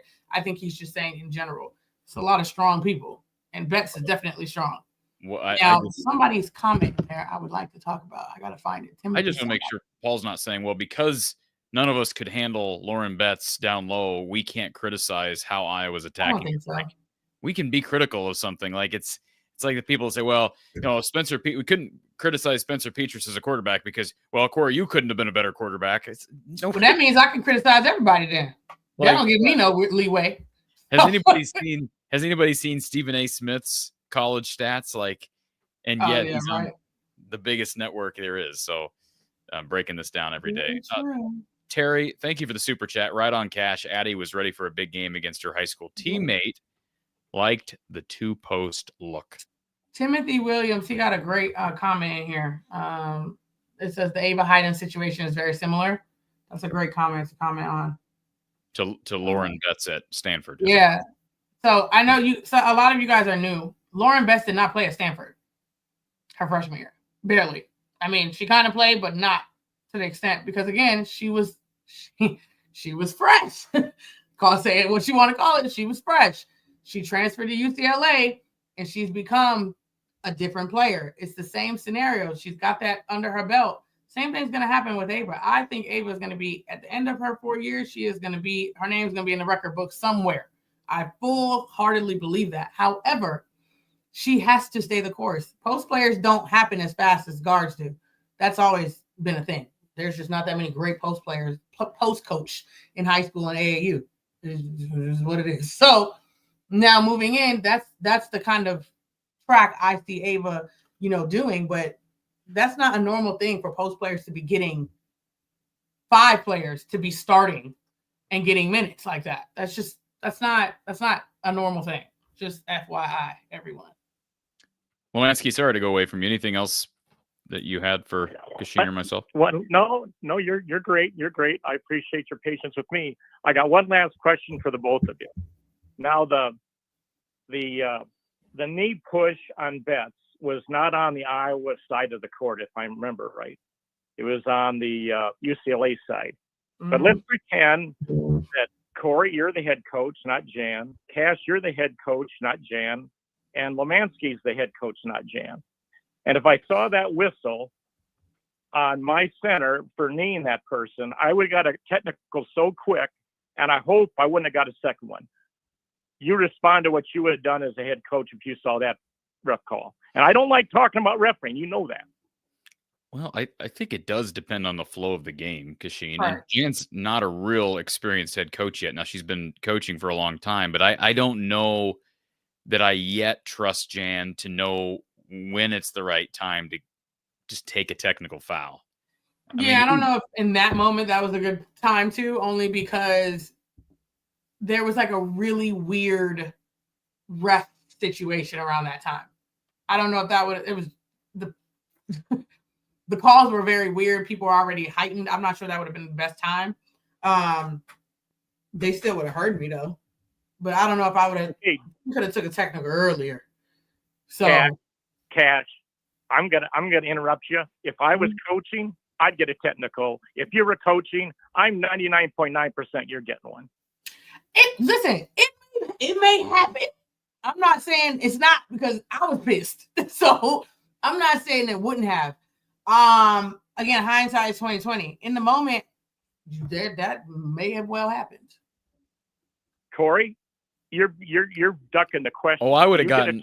Yeah, I would have gotten it. I got it. Is he ducking the question? 2-on-1, Corey. Is he ducking my question? I mean, I once got tossed out of a city rec game, so I'm not gonna by any means act like I'm above getting upset at the officials. So I'm not one who's criticized Jan. I do think she's close to getting teed up because she's really animated, and I think it's good. I mean, she shows fire and passion. I have no issue with that. Mm-hmm. But I wasn't even looking for a comment on Jan. I wanted to get into both of your guys' personalities. Oh, I probably would have. I'm not even. Yeah, I know I would have got to check that game. Absolutely. You know, Corey, you can let us know how you really are. You don't have to play this independent. I'll give the coach speak. You can say you're pissed off. You talking about me? Mm-hmm. Yeah. I just told you I got thrown out of a city rec league. I'm not above that. Well, how long did it take me to get that out of you? I had to pull teeth like a dentist. I've never been good at the dentist, Lemansky. So Cash is laughing because we're double teaming it, which is really good for your podcast. So you two know that debate that you had, that three-way. Yeah. Oh, I'm used to it. I'm used to it, and I embrace it, Lemansky. Have a good night. Thank you, sir. Appreciate the phone call. And Lauren Best did not. I saw the comment up there. Lauren Best didn't transfer because she wasn't getting playing time. She transferred because her coach retired. Angela Stearns earlier. I think we kind of answered this, but she says, and we appreciate the super chat from Angela. Did Ava get any minutes? The answer to that question is no. If not, why not? Would you just attribute it, if you had to attribute it to one thing, it's who they were going up against? Because I would say that could be reason to play her, because throwing fresh, long, athletic bodies at her could be a good thing. You look at it from the other perspective of, we don't want a freshman going up against the best big in college basketball. Two things. I think that two things. One, I think that we didn't play enough double post to be able to play Ava, because Addie was playing too well. So they were still splitting time. So you can't do that. But I still believe that we should have played two post players more, so I could see her being thrown in there. Does that make sense? Like, I could see her being thrown in there if we were playing two posts more, because Addie got to get a break somewhere. And we already said that Hannah was not effective at the 5, so the only other option is Addie, or it is Ava. So my mindset was, if we would have played more double post player, two bigs, then she would have played. We didn't, so I get why she did. Does that make sense? Yeah, it does. And Sheila in the chat, with the live chat and the super chat, says Kachine needs to be on the coaching staff. I did see, not saying that you're looking to move back to Iowa and be on the staff or whatever, but I did see that Raina Harmon's on one of those big boards. It's On3 or ESPN's big boards for the hottest assistant coaches, right, on the big board for jobs. So who knows if she'll leave after 1 year under Jan Jensen. If she gets an opportunity, hey, I guess that means she earned it. I don't know. I can't sit here and say, well, yeah, Raina's a head coaching candidate or Abby Stamp's a head coaching candidate. I don't know. It's clear that people like Jenny Fitzgerald had no interest in pursuing other jobs at her stage in her career. Mm-hmm. Now, has she been head coach? I'm assuming she was the head coach at somewhere prior to assisting Lisa. Talking about Jay Fitzgerald. I don't know how she got to Drake with Coach Bluter. I don't know either one of them how they got to Drake. I just know they were at Drake with her and then followed her to Iowa. So I don't think either one of them were, but maybe they were. Mm-hmm. Thank you, Sheila, for the super chat. Kim says, what would you have coached for the last 5 minutes? Or I guess, how would you have coached? Well, I definitely wouldn't have had Hannah at the 5. I would have went with 2 bigs. That would be the number one thing I would have changed. Yeah, I would have too. We're on the same page on that. Mm-hmm. Doug says, no Strimlo or Guyton in the second half. That doesn't make a whole lot of sense. I will say both those. I ain't like that. They both played well in the first half. half. Both of them, I didn't like that. I thought, again, y'all know how I feel about Strimlo in the offensive end. So, but I did feel like Strimlo gave us a nice little spark. She's not making mistakes right now either, Cash. No, like you can't have Strimlo and oh my goodness, Taylor McCabe together. The reason of that being is both of them are not going to do anything to create anything. Like, so your offense stalls. So like that, you got to have, if you're going to play Strimlo, then you had to play Aaliyah Guyton and Lucy Olsen. And you had to figure something else out because she's going to get on there, get you offensive rebounds. She's going to be the smart player, if that makes sense. But now you got 2 people who are just going to pass. Well, I need something else. We got to create some kind of offense here. So I still felt like they definitely Aaliyah did because she was so good in the pick and roll with Addison O'Grady, especially with the little, that mid-range drop-off pass. I don't know how many of those Addie hit, but I felt like we could have used that a little bit more. But hey, like I said. Ryan says, I disagree that Lauren Betts transferred before Tara retired. Everybody knew Tara was was retiring. That was not a secret like Coach Bluter's. Everybody knew she was leaving before she left. We knew when her last year was going to be. We knew who the successor was going to be. That was not a hush hush like Bluter was. Everybody was shocked. So no, I'm pretty sure. I also think she got a bag. I think she got paid good to go. I'm sure. Like, I think a few things went into that. Don't get me wrong. But we also don't know what happened there either. We don't know what they told her, what they didn't tell her. We don't know any of that. All I'm saying is that I don't think it was because she wasn't getting playing time. Because she was going to get playing time like the next year. I don't think that was the reason. I don't know if Andy's ripping you or the person that accused you of not liking freshmen, because he says, wait, Strimlo's a freshman. She shouldn't be playing at all, according to Cash, but yet she gave them a spark. Okay. I don't know if he's ripping you or the person that ripped you earlier. Let's cut this in the butt. This doesn't even make logical sense. Jimmy put that in y'all mind because he said, I hate freshmen. I'm not saying that. All I'm saying is Ava, as a freshman, going up against said player is not a good idea. That doesn't mean freshmen can't play. That doesn't even make sense. That's not logical, especially that with our team. So that doesn't make sense, sir. Thanks. Okay, let's go quick fire in the chat. And I believe we have one final comment. Cash never said that, Andy. That doesn't make sense. One final caller. If anybody else, last call on the phone line, 515-635-1601, or you can click the StreamYard link in the description of the video to join and ask a question. We're going to go quick fire on these comments. Jayhawk says, Cash, what has Iowa done to kind of expose teams like USC and UCLA? Because neither looked like a 1 and a 2 loss team. Well, I will say this.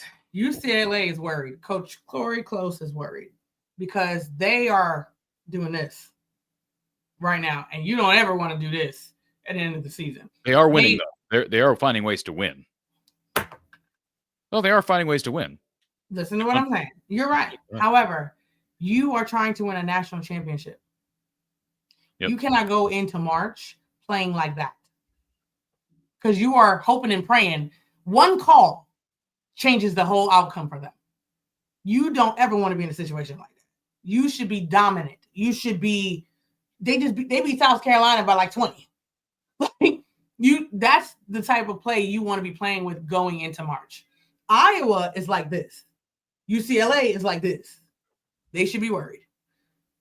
So I think that, and I think she said that actually in postgame or something of the sort. But I think that for us, it's hard because we're at home. And I said this and I tweeted it. Iowa fans drive that team to play out of their bodies. It's a fact. And intimidate the visiting team. It is what it is. And I've said that and I'm going to continue to say it. So it's kind of hard to say what they, quote unquote, exposed. But I will say that UCLA, their guards are the keys to them going far. Lauren Betts is going to Lauren Betts, period. But those guards, Kiki Rice, she was shut down. A bunch of other ones were shut down. Like, if they cannot produce, they're not going far. They struggled to shoot threes today, and you've got to be able, if teams are going to collapse down on absolutely. Bets, it's sort of like the South Carolina dilemma a couple of years ago in the NCAA tournament when Iowa beat them. That's exactly right, Corey. Good point. So kind of made me think of that today as I was watching. All right. Tim says, good evening, Kachine. As a coach, what is your scouting report on Lucy Olson right now and her WNBA chances? I think that Lucy's negative aspect of her is her quickness. So Lucy's crafty, but she's not fast. So that's the one thing is I'm worried that she may not be able to get her shot off as easily because you could keep her in front. She's not lightning fast. She's not going to blow by you. She's not. That's why she's got a very nice up and under. That's why she's got other things to be able to, get to the rim, which is a good thing. I'd have to look at. I can't remember when the teams are going to be active. Because that means more roster spots. So, but again, you never know. It's all about team placement and what people need. You could be a great player, but you get drafted to a team. They already got 2 and 3 people ahead of you. You're not getting on the team. So it really depends on team placement. Timothy wants to know if we're going to do a live stream with Kachine about next year. I'm sure we will. Way later. And what the team will look like. But a lot of season left. We haven't even hit March yet. Best month of the season. So Kim wants us to do like a Manning cast style thing. That's an interesting concept. I don't know logistically how well it would work because they want us to be their commentators. Yeah, basically. Okay. Yeah. This is an interesting concept. It's just the problem is syncing the live game with the live stream. We're going to be behind. I think that's one of the logistical problems that people have asked me to do watch parties in the past for Iowa football. And that's, first of all, usually I like to just enjoy the game, sit back with a drink of my choice and some popcorn or whatever. I'm not opposed to this idea though, Kim. So maybe in the future, maybe that's something we can look at. Tim wants to know about the University of Michigan. We're going to get to that, Tim. We're going to preview that here in just a moment to finish things off and how Iowa can get a road win there. Michael reminding everybody, hit that like button because, yes, there's nowhere else you can go post-game like this with Hawkeye legend and the level of fan interaction, fan involvement, where we connect you, the fans, with the people that know the game, that coach the game, that have played the game, like Kachine Alexander, like Don Patterson, like Coach Gary Close. So, Michael, thank you for reminding everybody to hit the like button. And Cheesy Sucks says the same thing. Love the post games. Thanks for taking the time. We appreciate that, ma'am or sir. David says, hey, Hawk fans, send your love to Corey and Cash. Hit the like button. Yes, thank you, David. The other David Price, will Iowa go only as far as their defense takes them? I think this is the case, Kachine. I mean, if they stop playing defense. It fuels our offense, though, honestly. So, yeah, in the grand scheme of things, it does. You're able to get out and run. You don't have to play a half-court set. Yeah. Ball for Real says, I don't know. Olsen has a deceptively quick first step. Okay. I'm reading the comment. Is this in response? Yeah, everybody is entitled to their opinion. Yeah. All right, let's go to, I think, our last caller of the day, your favorite person. The other Corey, who's really down on the officials today. Corey, welcome. Okay, it's first off, Cash, you're killing it with that ball cap. I want one of those. So Thanks. I hope they sell those at RTI Threads or. We'll have to see about that. What are you gonna put on the side though? Oh my goodness, that What are is you gonna put on fire! the side? Why That's can't they pure put fire right there. They Wow. can put Cash 21. No, he can't do that. That's No, false he can't do advertisement. He'll put it with a C. I really spells cash. He spells cash with a C. Can he do that? There you go. Hey, I know what you can do, Corey. I know what you can do. You can say "In Kirk We Trust" on the side of your cap. Yes, That would you would love that, wouldn't you? And on the other side, I'd put a phrase that I learned from John the Liquidator. He's got a YouTube channel. Shake off the haters. Okay. You should put pump fake on there. There you go. Brada would Hashtag pump fake. That's what Yep. should Brada would buy one of those. Oh yeah. So I got so many frustration. This is your typical. Iowa tends to play a cleaner defensive game, in my opinion. We're not hanging on people. We're not reaching in on people all game. And I know we've had this discussion before, but Cash, would you say that this is basically kind of what happened again today is if a team hangs on you and reaches in constantly, the referees can't possibly call every call. No, they cannot. And so if you're the coach in that situation, and I love Jan, but I just see this happen so often. Happens with our men's team against teams like Michigan State. But would you tell your team to start doing the same thing to them until they're going to start calling it to level the playing field? Because we're getting, those refs are calling, these air calls. It's like we're not even touching the person. They're calling us and they're hanging all over us the whole game, and we don't get any of those calls. It's a great ridiculous. mind once told me the aggressive team from the start is in good shape. Meaning, if my team is aggressive from the beginning, the referees start to settle in that way. If Iowa is not aggressive from the beginning and then we just decide to be aggressive, you're going to get called because that's not what you were doing. So that's kind of I don't want to say the bad part about reffing, but it's the truth. If you are not aggressive from the beginning, you can't just turn it on because now you every 2 seconds. But that doesn't seem to be the problem. We are not fouling. So that's what needs to be cleaned up is the fact that we are getting called for fouls that we are actually not committing. It'd be different if we were getting calls for fouls that we were committing, and they weren't calling as many fouls on the other team. Then I could see that concept. But we're not even committing these fouls to begin with. So it's not really you can tell your team. And that if you're getting called for fouls, you're not committing.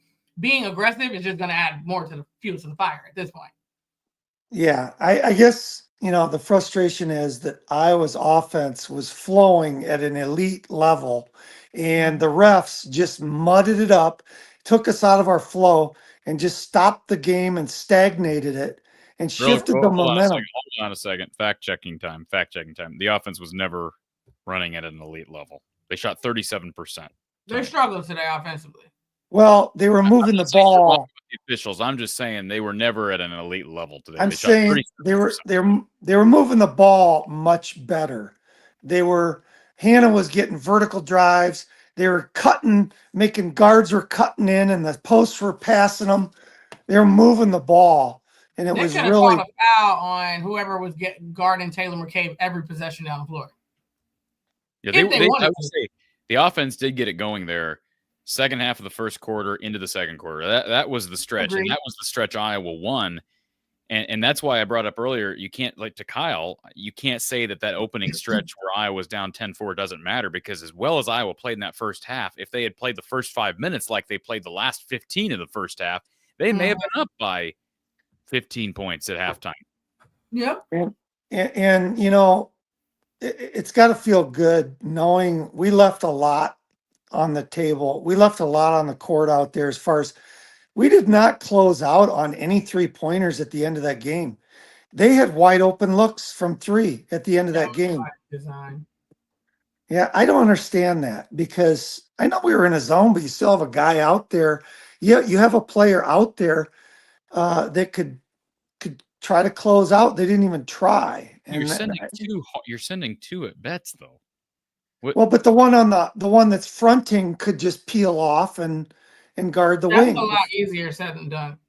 Well, because you're now running down to then have to change direction and to go out. You got to pick your battle in that aspect. And for them, they would roll the dice for them shooting a 3. And honestly, they did. And of course, Kiki Rice hit one, timely one. I'll give that. But at the end of the day, they didn't shoot well from 3. That's the point. Yeah. And I believe that was a second chance. There was too many second chances. chances. There was 10. That's why I led the show with rebounding, because Iowa +5 in the first half on the glass. Correct. They were -14 in the second. You can't have that type of a number. Every single long rebound went to UCLA right in their hands. I mean, that ball was bouncing their way. They were hard to rebound out of a zone. That's the one thing I don't like about zones, because when you're in a zone, you usually get out rebounded because you don't have a designated person to box out. So I don't think Kai Hawaii understands what comment is being made here, because they turned caps lock on and then said, how is it not elite when you're 1 possession away from beating a top 5 team? Again, listening is very powerful. Mm-hmm. We said the offense was never elite. They shot 37% from the field and held UCLA for the game to 42% from the field and 20% from 3. And they out-rebounded them +5 in the first half. They were not within 1 possession because of some great offensive performance. So, I again, listening is very powerful, but I just want to make sure that that's very clear what we said. I want to make nobody's arguing that this wasn't a good performance or that. Anyways, go ahead, Corey. But I mean, an off shooting night, and like you say, it wasn't our best performance for an entire game offensively. But I'm saying that the refereeing calls to me gummed up our flow. The timing of it really killed our momentum, in my opinion, in this game. And I want to revisit this and beat this dead horse one more time with you, Corey. I'm seeing. I'm just curious about this. Had Hannah Stolke gotten into foul trouble, and you wanted to front Betts, and you want to put Addie in behind her, what about Ava Hayden fronting? No. And you know, Cash, you always tell me no. I have a question. I really want to know this, and I'm going to ask you this. Who was Addison O'Grady guarding? I don't really think that's that important. Honestly, I'm not defending what he's saying, but when they're in zone. I'm not saying I'd put those 2. I'd say I still think you can front with Addison or Ava and then have Anna on the backside bodying her up from behind. Because, if Addie gets pulled out or if Ava gets pulled out, you're giving open shots from the perimeter anyways. Is this zone or man? Probably zone. Probably zone, because it's the easiest way to make sure you can. Fronting in a zone is damn near impossible. Let's start there. Okay. So, because now you're already behind the 8 ball. Your back line has got to be further in than they would normally be. With that being said, you are now opening the middle, which is the crutch of the zone, to that situation. So that's why it's really hard for that. Usually when you're doubling down from out of the zone, it's coming from one of your back lines or from the top down. You could do that too if you have bigger guards, but we don't. So you could do it that way. But the problem is when you say it doesn't matter, it does. If you're in man and Addie is guarding somebody on the perimeter, they don't have to shoot the 3, because now Addie is out of position and she's not fast enough to recover from that. That's what I'm saying. Her lateral quickness is not her strong suit. What about a matchup zone? What about a matchup zone? But again, we're talking about now putting something in place that we've never done before. Well, I understand, but they had time to. They had how many days to prepare for? I'm just saying. Agreed. As it relates to attacking, maybe the best 6'7" best post player in the country. I just, I don't know. I'm not endorsing what you said. Well, remember what I said before we played UCLA. What did I say? The key to us being in the game was what? Let Betts do what she do and shut down everybody else. And what did we do? We let Betts technically kind of do what she do. We made it tough for her, but we shut down everybody else and we were able to stay in the game. That's the point. We had a chance to win it. You're not going to be able to shut down Betts and everybody else. Not an option. Right. You have to choose one or the other. So in this game, our goal was we're still going to try to contain her a little bit. We're not going to let her go for 50. You know what I'm saying? So we're going to try to contain her a little bit. But if she gets us for 20-22, fine. But those guards, they can't go off for 20 and 30 and all of those other things. We can't do that. And I felt like our game plan was solid. Could we have done a little bit better as far as Betts is concerned? Sure, because I did not like us fronting with Hannah. But I knew you had to choose one or the other. You can't do both. That's humanly impossible. We don't have that option. So I feel like we did the best of our ability by doing that. And because of that, we were in the game long term because we had to pick and choose what we wanted to do. And I thought the game plan was solid. Again, could be some tweaks here or there, but the game plan was solid. By the way, I was just a baller, so I didn't care about all the X's and O's cash. I was just a baller. So. Oh yeah, X's and O's win your games. Excuse me, what'd you say? X's and O's win your games. Yeah, it was sarcasm in what I just said. Come on. Oh, I know. I was just gonna let you have that one. Commander Cody says Corey the caller isn't having an elite call. Corey, your response? I love it. I love it. No, it's really, you got to feel. You got to come away from this fairly confident. We shot poorly, poor free throw line performance, and aside from obviously Lucy Olson, just a dog at the line at the end, but it wasn't our best game, and we were right there. So you got to feel like, hey, anything's possible with this team, and but I'm just curious. I just picture, if Ava Hayden was fronting, they couldn't throw it over her and fit it in. She's quite a bit taller than Hannah. So you got 6'7". Okay, we're talking 6'7" with great hands. It don't got to be a perfect pass because their passes were horrible. She caught it underneath the rim. I can't even tell you how many times. She was literally tiptoeing the baseline, catching the ball because the passes were bad. And she was still able to boop and go right up. The fronting piece is irrelevant because her hands are so, we're going to use the word elite, that the pass could be crap. And she still don't catch it. We have to give credit. If there's any UCLA fans in here, my goodness, that girl's got hands as good as Luca Garza. I mean, she's got great hands. And that was throwing it up there. It was so frustrating because anything that got down there, it was hers. On the ground, even if it hit the floor, it was hers. It was crazy. But anyway, can't ask for anything better. To be able to take it down to the wire with the number 3 team in the country. We're right there, and we didn't even play well at the end there. But refs should not, it shouldn't be about the refs. And I just felt it did turn into a little bit about the refs at the end of the game. And I think really it was to our disadvantage because it was us that was in a better flow than UCLA. They weren't really flowing like we were. Not that we were doing great, but we were flowing better offensively than they were.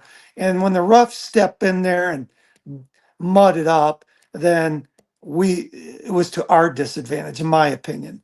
But I can agree. Anyway, shout out to Lemansky.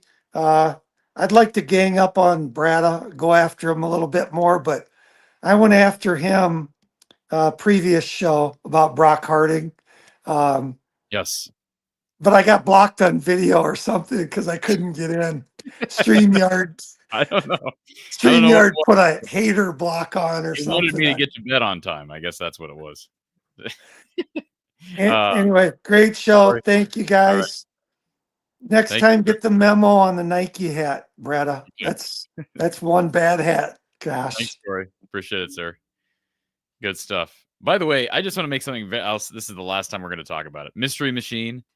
I never was lobbying for Iowa to go one-on-one and have Ava fronting Betts. What I said is basically, I think what they called it, at least back in, I say back in my day, I'm 30 years, year from 30, but we call that a post trap. Is that still the term that's used the term used at college level when you have a player that's basically fronting the post player, and then you have someone who's ready to come to help, basically help side pressure and trap the post player when that pass is lobbed inside.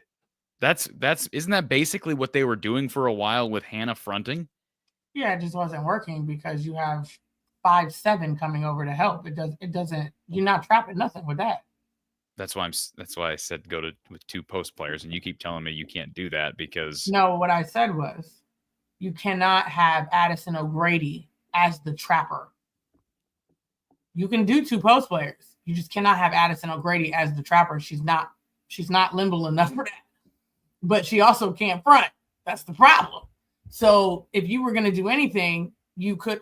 This is the problem that you have to figure out. Addison O'Grady was our only offensive threat at one point, right? You would agree. She was at one point in the first rolling. quarter, yes. Okay. Yes. So you didn't want to take her out because of that. She was handling her own defensively. You didn't want to take her out because of offense. Could you have, like I said before, had Ava front and Hannah be your backside help? Sure.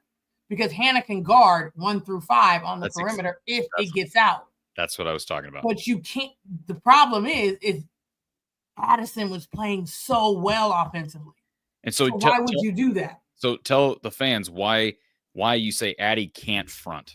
Ava can and Addie can't. She's not liberal enough to get around. So she's slow.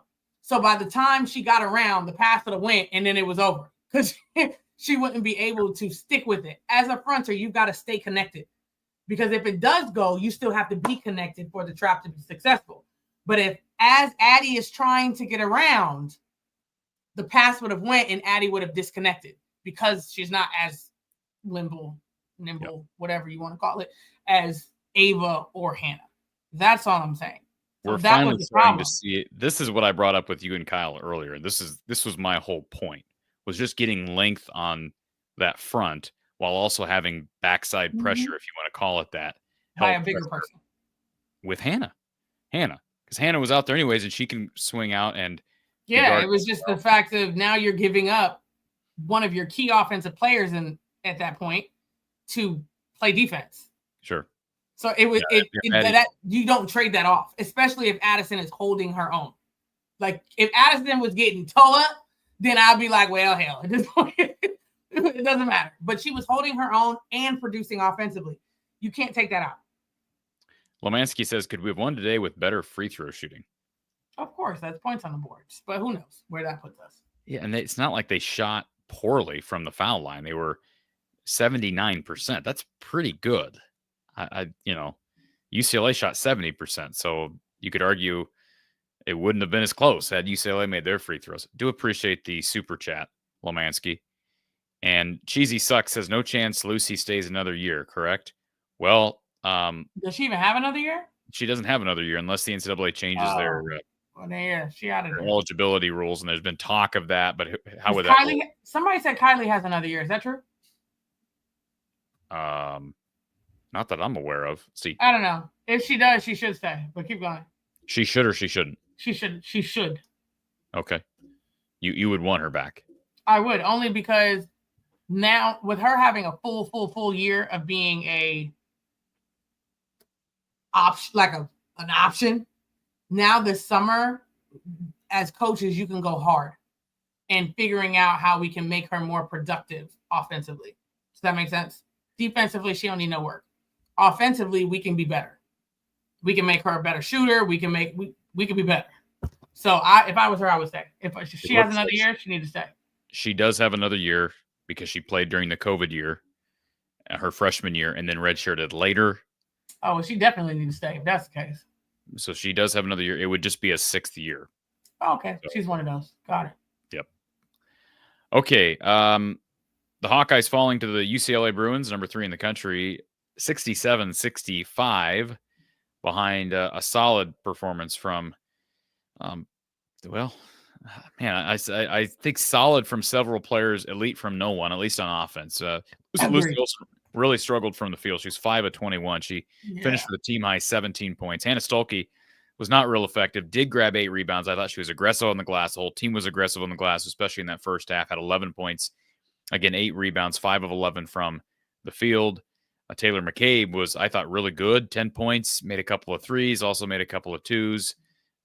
She's not making mistakes either. That's positive. Sydney Falter, you'd like to get more offense out of her, but again, she's hustling, making free throws, 5 of 6 from the foul line, 7 fouls drawn, and let's see, also 7 points, 11 rebounds from Sydney Falter. Kylie Feuerbach struggled offensively.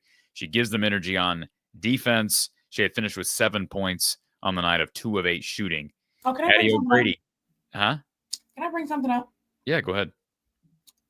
I don't know who's doing our offense, but hopefully, I feel like there's some whispers somewhere watching the show. So I'm a whisper. Shh. Okay. Watch the Golden State Warriors. And I say that because we need to be able to use McCabe much more off of screens. And they were able to take away our screening options of Taylor McCabe just by fronting her.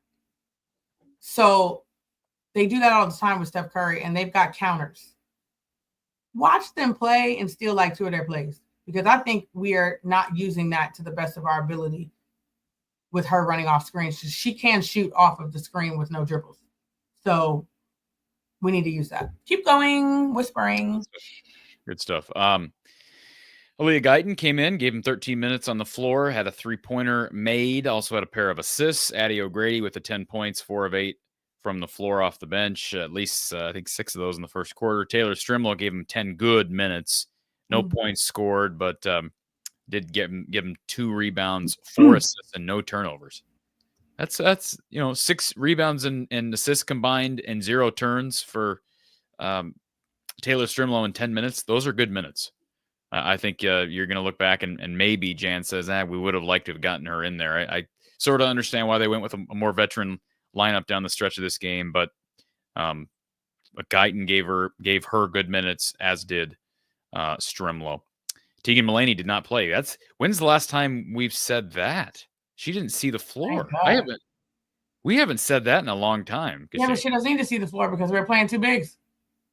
And I understand why. Yeah. I'm just saying, I don't know the last Works time. For me. Okay. All right. So the Hawkeyes fall, but they'll be back on the court on Wednesday. They'll play Michigan. Kachine, tell us a little bit about this Wolverines team, what you know, and keys to going on the road and winning at the Chrysler Center. Well, complete opposite game plan than when we had this game, which is the fun of the Big Ten, right?